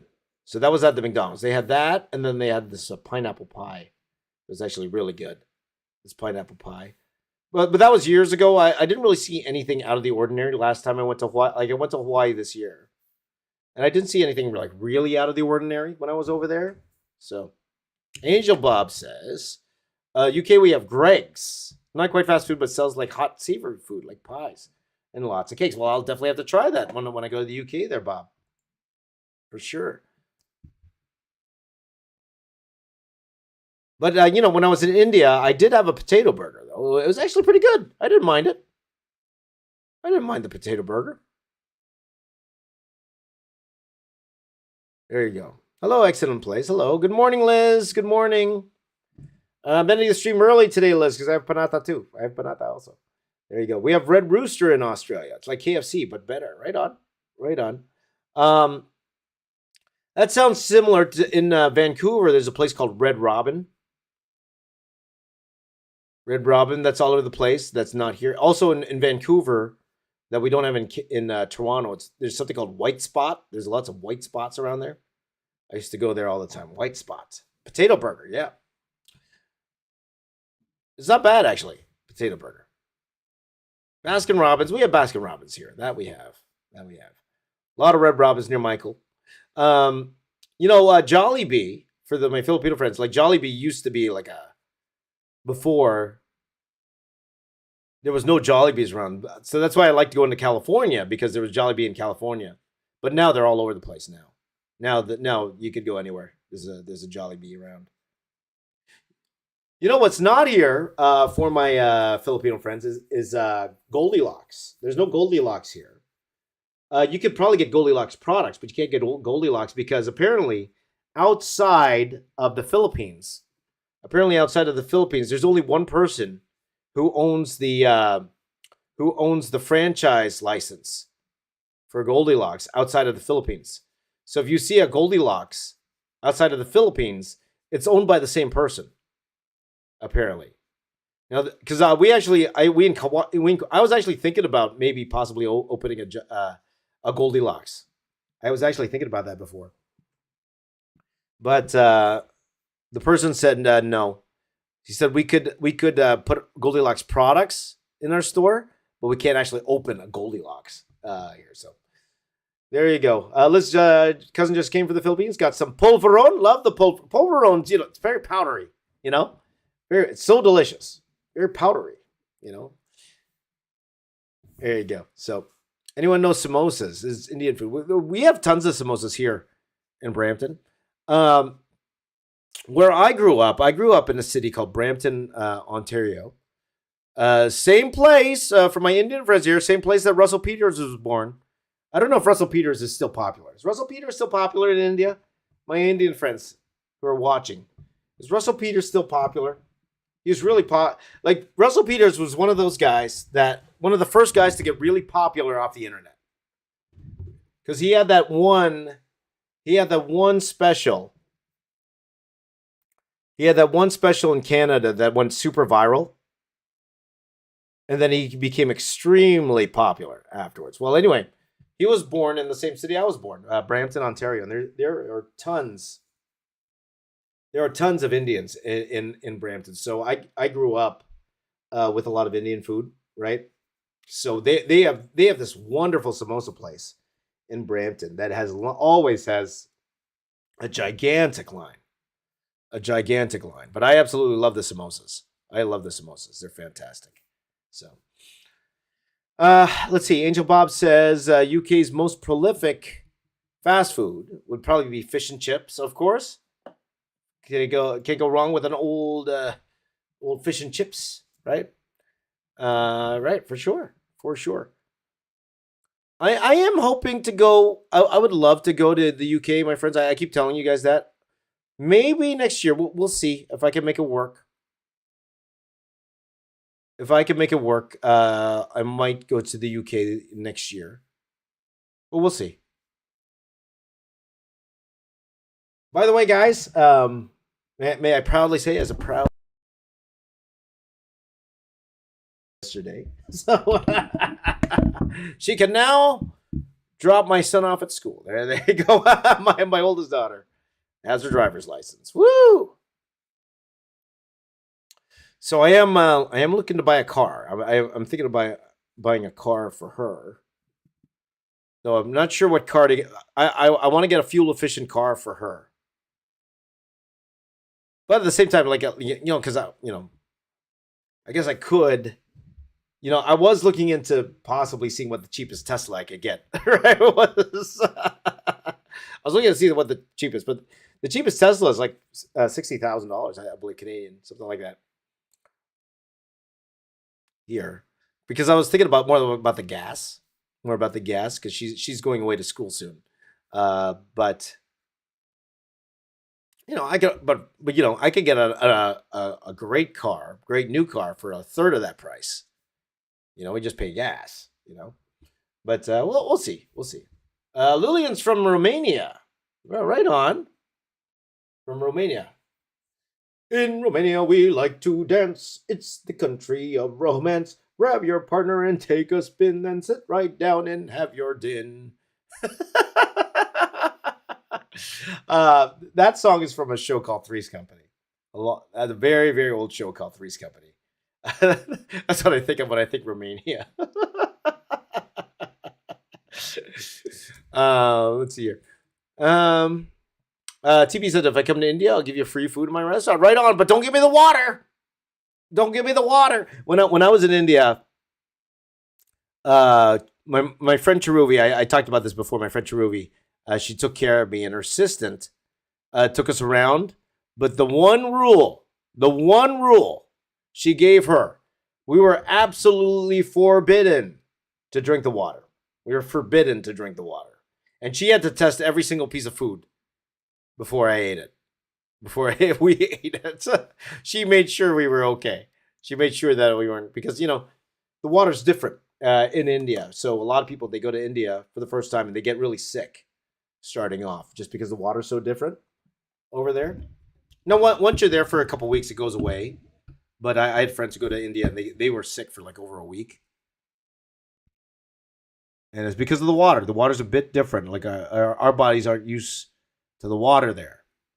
But, eventually you get used to it. That does go away.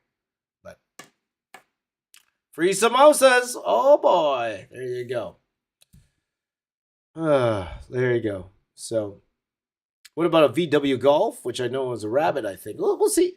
Like, I'll see what my daughter likes.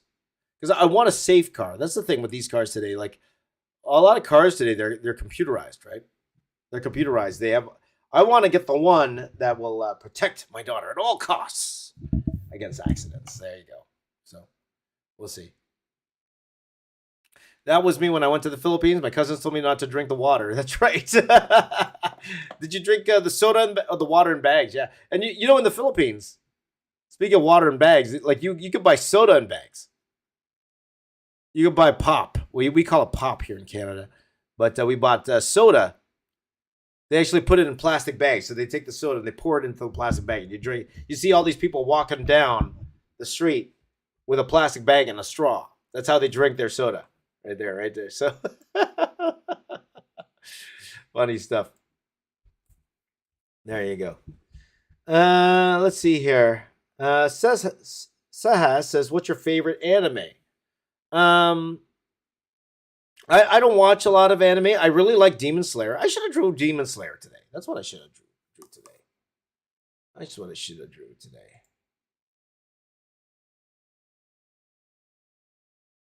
That's what I should have drew today. But I'll draw Demon. Maybe I'll draw Demon Slayer later next week. But I do want to draw. So a couple of things I do want to draw next week. Well, first of all, again, some people were asking about the Loki when you came in today. Again, apologies I didn't do Loki today because I knew I wouldn't be able to finish it in a day.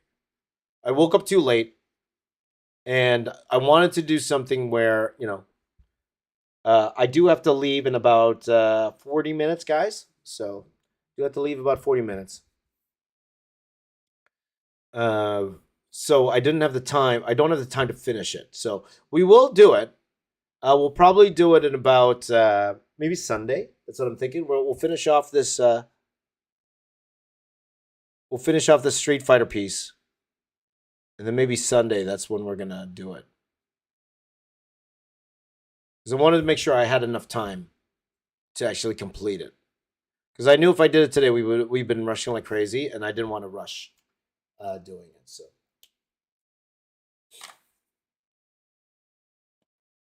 Sah's favorite is Dragon Ball. Right on. You're definitely not the only one, my friend. It's really hard for me to catch up on all these older animes. Like for me, because me not watching a lot of Dragon Ball, it's so hard to catch up. There's just too many episodes. Like that and One Piece, unless you grew up with it, it is so hard to get into because there's just too much to catch up on. There's just too much. Let's see. Bearwolf likes Dragon Ball, Berserk, Ronin Warriors, Vampire Hunter D, and Hellsing. Right on.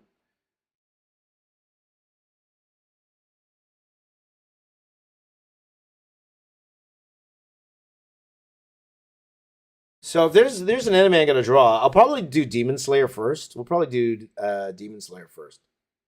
Yeah, so many, but they're so good. Yeah, for sure they're so good. It's just more of the time. I just don't have that time. I have no time to actually sit down and watch it. But, I can't pull a Mr. Beast. You know Mr. Beast. For those of you who don't know the story, when Mr. Beast, he did those videos when he was starting out. About, and Liz is excited about the Demon Slayer drawing. We'll do that next week, Liz. But when Mr. Beast was starting out, of course he wasn't starting out doing these giving away $1 million videos. He was starting out doing like these insane challenges, like counting to 100,000 and all that. Have you guys seen those videos? Counting to 100,000, stuff like that.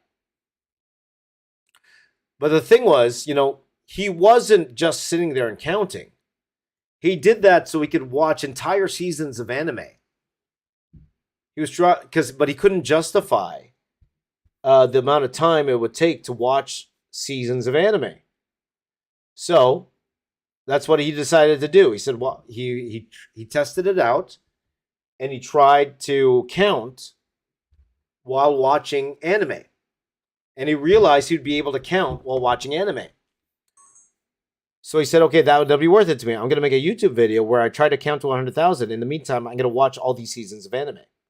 So that's how he was able to justify sitting down and watching all that anime. I can't justify it that way. I cannot justify it.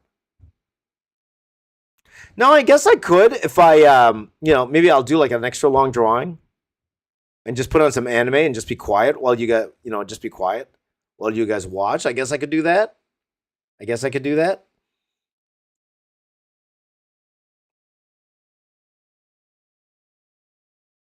But I know it's more interesting.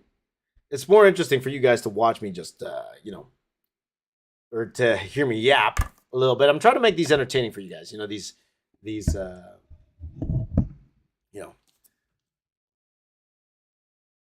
little live streams here. That's why I talk a lot. I want you guys to be interested in a little bit more than just the drawing. And hopefully I could spit some knowledge here, a little bit of knowledge. And quite the topic that we talked about today, my advice for young artists and YouTubers. Hopefully it helped you guys. Hopefully it helped you a lot. So if you guys want me to give you any specific advice for being an artist or being a YouTuber, by all means, let me know now. That was a great time to ask because it's on topic. Okay, it's definitely on topic. All right. Liz watches anime while you eat. Right on. Quantum Void Art says, what are your thoughts on creating an art book as an artist? What do you recommend to artists? There's nothing stopping you from, for sure. But again, whenever someone asks me, should I do this project? Ask yourself why. Why would you do it? What's your intention? Is your intention to sell it? Is that why you want to make an art book? If you have the skill, then why not? Why not make an art book? But again, that's my question. That's my question to you after you ask me something like that. Why? Why do you want to make one? Okay. You could definitely do it. There's nothing wrong with doing that.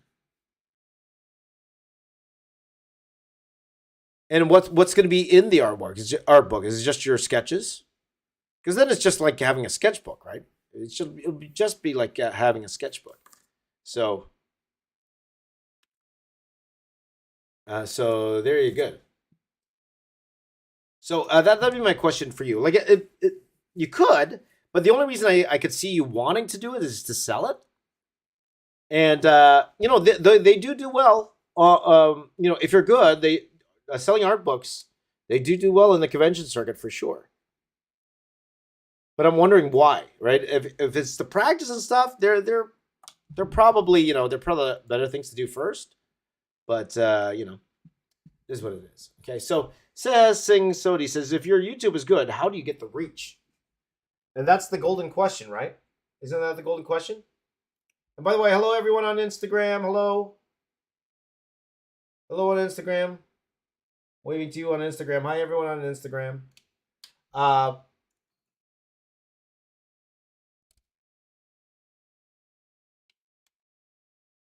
Hold on, guys. I'm just gonna change my battery. Is my battery changed?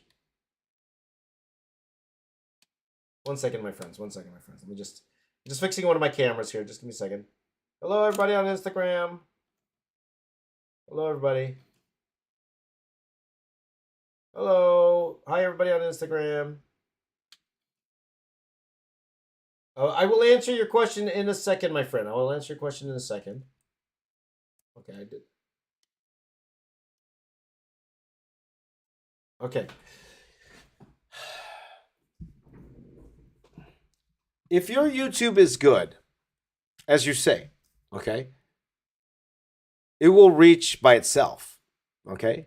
But that's very subjective, right? How do you know if it's good or not? You could say this is good, right? Maybe the drawing's okay, but as terms of a YouTube video, how do you know if it's good or not? Okay. If your video, like, it's very simple. It's very simple there, my friend says. And again, Mr. B says it best.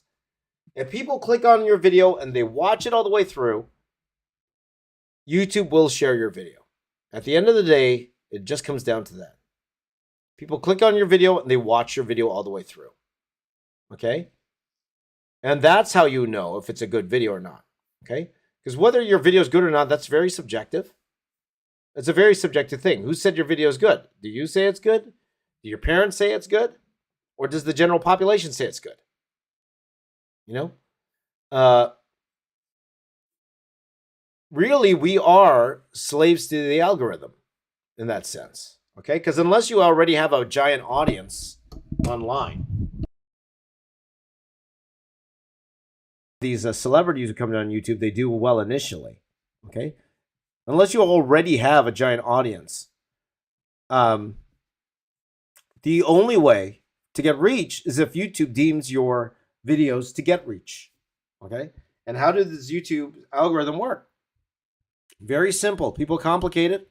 It's very, very simple. Yes, I'm talking about YouTube. It's very simple. It's very simple. Do people click on your video and do people watch your video? Check your watch time. Okay, I'll tell you that right now, Sayas. Check your analytics. Okay, on your video. Everybody has access to analytics. Okay, check your analytics. What's your click-through rate? Okay, those are the two things. Click-through rate. What's click-through rate? When someone sees your thumbnail, do they click on it? Okay. If your click-through rate is only like 1 or 2%, YouTube doesn't think it's a good video. Okay. If you're YouTube, a good click-through rate, like my click-through rate these days, you're looking at like 5 to 8%, and even that's very low. That's very low. You got someone like Mr. Beast where they have like a say, because sometimes we think that the moment somebody sees our thumbnail, they're going to click on it immediately. No. In fact, if you're lucky, like just 1 out of 10 people clicking on your thumbnail, just 1 out of 10, that's already a lot. YouTube think that's fantastic. If just 1 out of 10 people click your thumbnail, that's 10% click-through rate. But usually that's not the case. Usually that's not the case. Sometimes we think we put a video out and everybody sees our thumbs click on it. No. And not only that, sometimes we think when somebody clicks on their video, they watch it from beginning to end. The answer is no. When have you done that? Right? So those are the two things. Do people click on your video? Number two, do people watch your video all the way through? And if they don't, how much of your video do they watch? That's important. So those are the two things you could control. Well, not really control, Sayas, but those are the two things that YouTube looks at. Do people click on your video, and how long do they watch your video? And you could actually find that out. You will know that for sure by looking at your analytics. Your analytics will tell you how long people watch your videos. And then sometimes it's very disheartening because then you realize sometimes people realize they have very low click-through rate, and the people who watch, sometimes it's only 10% of those people who clicked on the video actually watch. So it might be like for some people, and starting out, this is very common. For some people, this is very common. So just say you're lucky enough to get that 1 out of 10 people to click on your video. Sometimes out of those, only like 1 out of 20 people actually watch it. Because sometimes people click and they click off right away. Okay? So if you're asking how to get your video to be reached to other people, that's how. YouTube decides that. Not you, not me. YouTube decides that. How does YouTube decide it? It will share only the videos that get people to watch it a lot and get people to click on it. It's very simple. Okay? So to YouTube, it doesn't matter how long you worked on the video. To YouTube, they don't care you worked 1,000 hours on a piece of artwork. They don't care. What do they care about? Did someone actually click on your video and watch it? That's what they care about. That's what YouTube cares about. They don't care that you stayed up for 48 hours or you stayed up for 1,000 hours. Can you stay up for 1,000 hours? They don't care that you stayed up for a week doing this video. YouTube doesn't care about that. What does it care about? Will people actually watch your video? Will people actually watch your video? That's what they care about, okay? So how do you get... so it's all about your definition of good video, my friend. Your question is all reliant on that one question. Is your video actually good? Or is it just you thinking it's good? Okay? Okay, take care, Liz. I'm going to have to go soon, too. Okay, guys, I only got about 30 minutes left. So I'm going to ask you guys, if you have a question, please do ask now. Now's the great time because I do have to leave in roughly about 30 minutes from now. So now would be a fantastic time to ask your question if you want to ask me a question, okay? Brian's back. Okay, take care, Liz. You will be a big one day, Sayas. Keep working at it. Keep grinding. Don't get discouraged and work as hard as you can, my friend. You'll make it, my friend. You will. Go for it.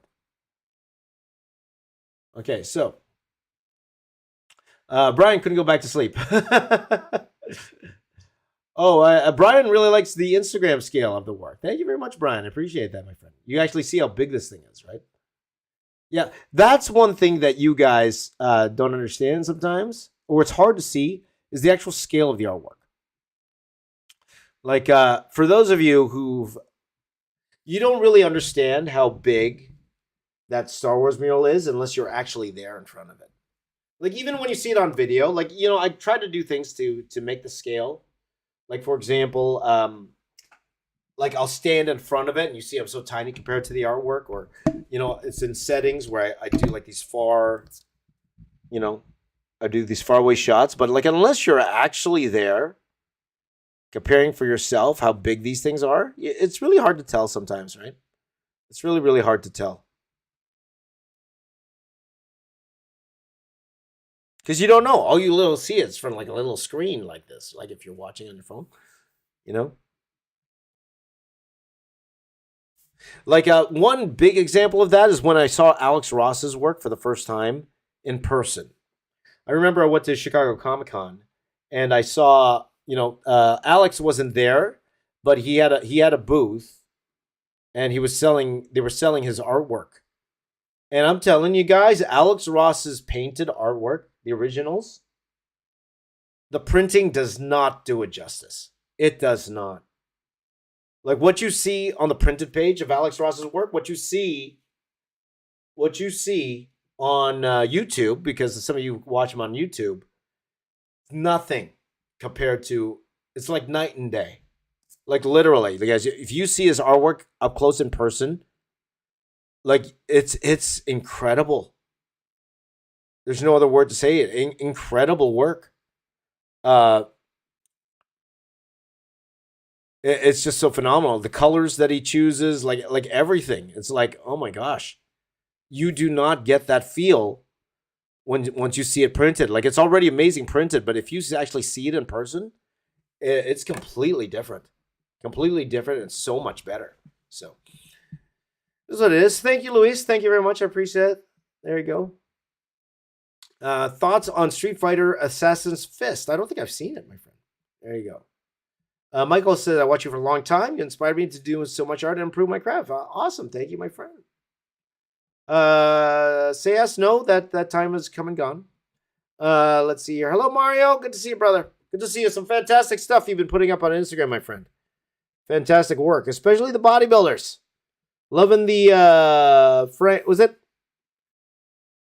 What's his name? Frank Colombo? I think it's Colombo. It's not Palumbo. Colombo. I forgot his name. But OG bodybuilder there. There you go. There you go. Now, you see me lying down next to it, but you don't understand how small of a person I am there, Care Bear.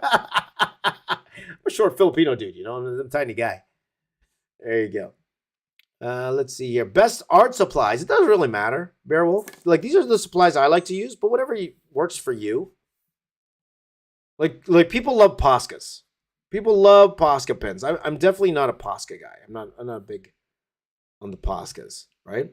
So it's more like, what medium do you feel the most comfortable with? Like, but because before Micron supplied, or Sakura supplied my art supplies. Well, and I would of course buy Microns before, but only if they were on sale. I would only get the fine liners that were on sale. It didn't matter what brand. I would just get the one that was cheapest for me. So really, it's up to you. Like, I always say, it's not the, and you know this, it's not the tools, it's the person using the tools, right? Unless it's AI art, of course. Then it's all about the tools. All about the tools. But at the same time, if you ask me, like, I prefer this. I prefer the Sakura products. Not just because they pay me. It's because they're good products. Well, actually, they don't pay me. They give me free supplies. But there you go. Frank Colombo. I knew it was Colombo. There you go. Okay. Let me stretch a little bit.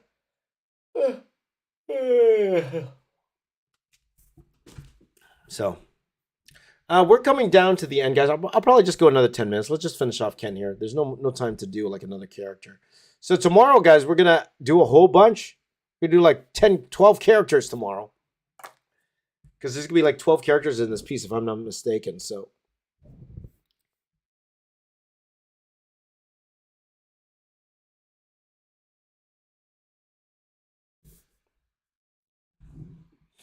my buddy Eric Coe's watching. Eric, give me a job, Eric. Give me a job. And he'll be like, no. There you go.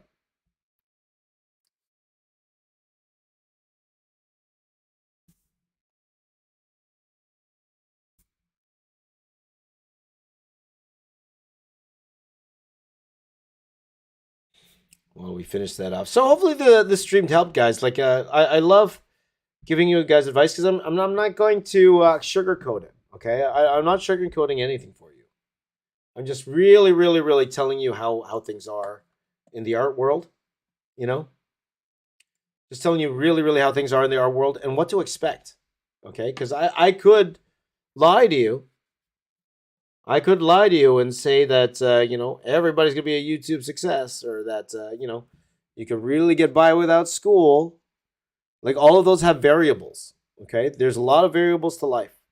And sometimes you really need to hear how it really is, okay? You really need to hear how it is. Yep, we are almost done. We are almost done, Mario. I have a hard out at 6 a.m., so I have to get out of here in 20 minutes. So there you go. There you go. Well, Beowulf 13 says, I understand that, but I can tell improvement doing artwork on Bristol board compared to dollar store general sketch pads. I used to do, my samples I did for to get a job in comics. I did them on dollar store Bristol boards. I literally bought Bristol board from the dollar store and cut them up. You say you could tell the difference. Well, you're talking about dollar store sketch pads. I didn't buy this stuff. This is Strathmore Bristol board. I didn't buy this. I couldn't afford this stuff. To get Dreamwave to notice me back then at the time, I literally went to the dollar store and I bought Bristol boards. And I cut them up to size. That's how I did it. Now, eventually, of course, when you're actually working professionally, well, when if you're actually able to work professionally in comics, they will give you the boards, right? Like, so Marvel DC, they'll actually send you official Marvel and comic boards, right? They actually send that to you. So you will get to work with the good stuff. But to get there, to practice, you don't need any of that stuff. I even tell you, like, anyone who's starting off here, so you young kids here, you young'uns here, you don't even need dollar store sketchpad. If you have A4 paper, printer paper, and a ballpoint pen, you can learn the skills you need to learn. You can learn the drawing skills you need to learn. Of course, eventually you'll need to get the bigger stuff, of course. But that's all you need. Perfectly fine. Care Bear said right there. Perfectly fine. Perfectly fine way to go. Okay, there's nothing wrong with that. Don't discount the dollar store, man. You know what I'm liking at the dollar store these days? The dollar store here in Canada, they're starting to sell trade paperbacks, comic books. I actually got Court of Owls, Batman Court of Owls, for $4. They were selling those for $4 at the dollar store. So whenever I'm there at the dollar store, if there's like a series that I haven't read, I'll pick them up. David Finch's run on Batman, a lot of it was at the dollar store. I actually went and I bought it at the dollar store. Dollar store's the best, man. I love the dollar store. Can't go wrong with the dollar store, man. Can't go wrong. Okay, guys, we are winding down. I think I might finish off here shortly. So again, your last chance, guys. Last chance. If you guys have any questions for me, I'm gonna ask my friends on Instagram here if you have any questions. Anyone on Instagram? It goes here. Aaron Art Madness. Hello. And hello, Diego Rose. Aaron Art Madness asks, have you ever struggled with motivation as an artist? And if so, how do you deal with it? All the time, my friend. All the time. And you've asked that question twice, so I apologize I didn't see that earlier. Absolutely, all the time. It's the same... It's the same question as how do you get over art block, right? It's that motivation to actually draw, okay? So it all depends on what stage of drawing you are. Because for someone who's starting to learn, I always tell them, okay, don't start with trying to learn the fundamentals. Start by drawing things you like to draw. Start by drawing things that are fun. Draw things that are fun, you know?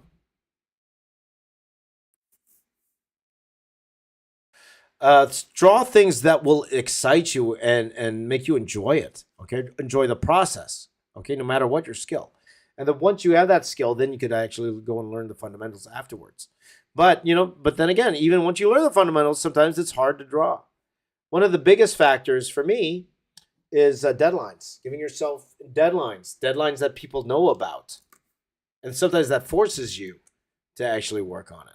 Then you gotta get a guy like Doug Chang. What he does is he'll just do bad drawing after bad drawing, like force himself to do bad drawing after bad drawing, and then eventually the good drawings will come out. That's another way to do it, but that way doesn't work for me. So everyone's different.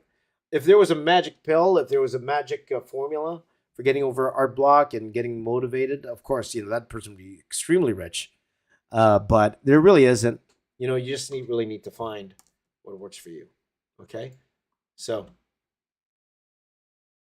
Hey, Nathan says there's a YouTuber called Peter Draws. I love Peter Draws, by the way. He's hilarious. All he uses a pen and anything he buys, any paper that he comes up with. He did a challenge that I would like to do.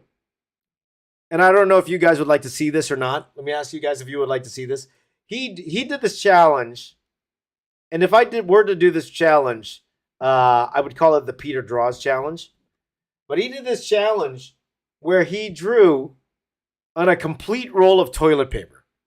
He drew a complete roll of toilet paper. He drew this whole mural on a roll of toilet paper.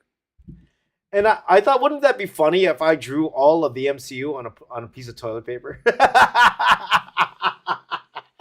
On a whole roll of toilet paper? It would take a long time. You know how long a roll of toilet paper is? That would take forever. That would take forever. I thought that'd be hilarious. But I don't know. We'll see. But Peter Draws. That's one of the OG YouTubers, man.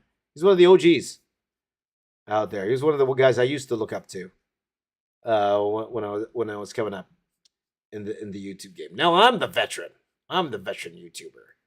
Here, there you go. So guys, yeah, on the toilet paper. You guys would like to see it, right? That'd be a crazy challenge. And if the drawing sucks, well, well, sounds like a good idea. Okay, guys, I'm going to leave it there for now. Again, I knew I wouldn't get too far on this particular drawing, just because again I'm hampered by time here today. But I still wanted to stream, and I actually think it was a valuable stream, especially for all of you guys who are trying to come up in the art industry. Okay, so hopefully that helped. And and good luck to all of you. I know a lot of you guys want to be artists. A lot of you guys want to be YouTubers. A lot of you guys want to have a long, prosperous career, and you will. You will if you're willing to put the work in. Okay, whether you go to college or not. Whether no matter what art field you want to be in, as long as you were willing to work hard, put in the effort, you guys can do it, and you're going to do a fantastic job. Okay. All right, guys, wherever you are in the world, please do take care. To all my friends on Twitch, Facebook, YouTube, wherever you are, please do take care of yourselves and your family. Before I go, here we go. Give me a high five right here. Give me a high five right here. And thank you guys for watching. You guys are the best. This is the James Raiz Morning Masterclass. Raise your game, my friends. Raise and shine. My name is James. I am the box office artist. I'm here to say keep drawing. I'll see you all tomorrow. Take care, everyone. Have a wonderful day.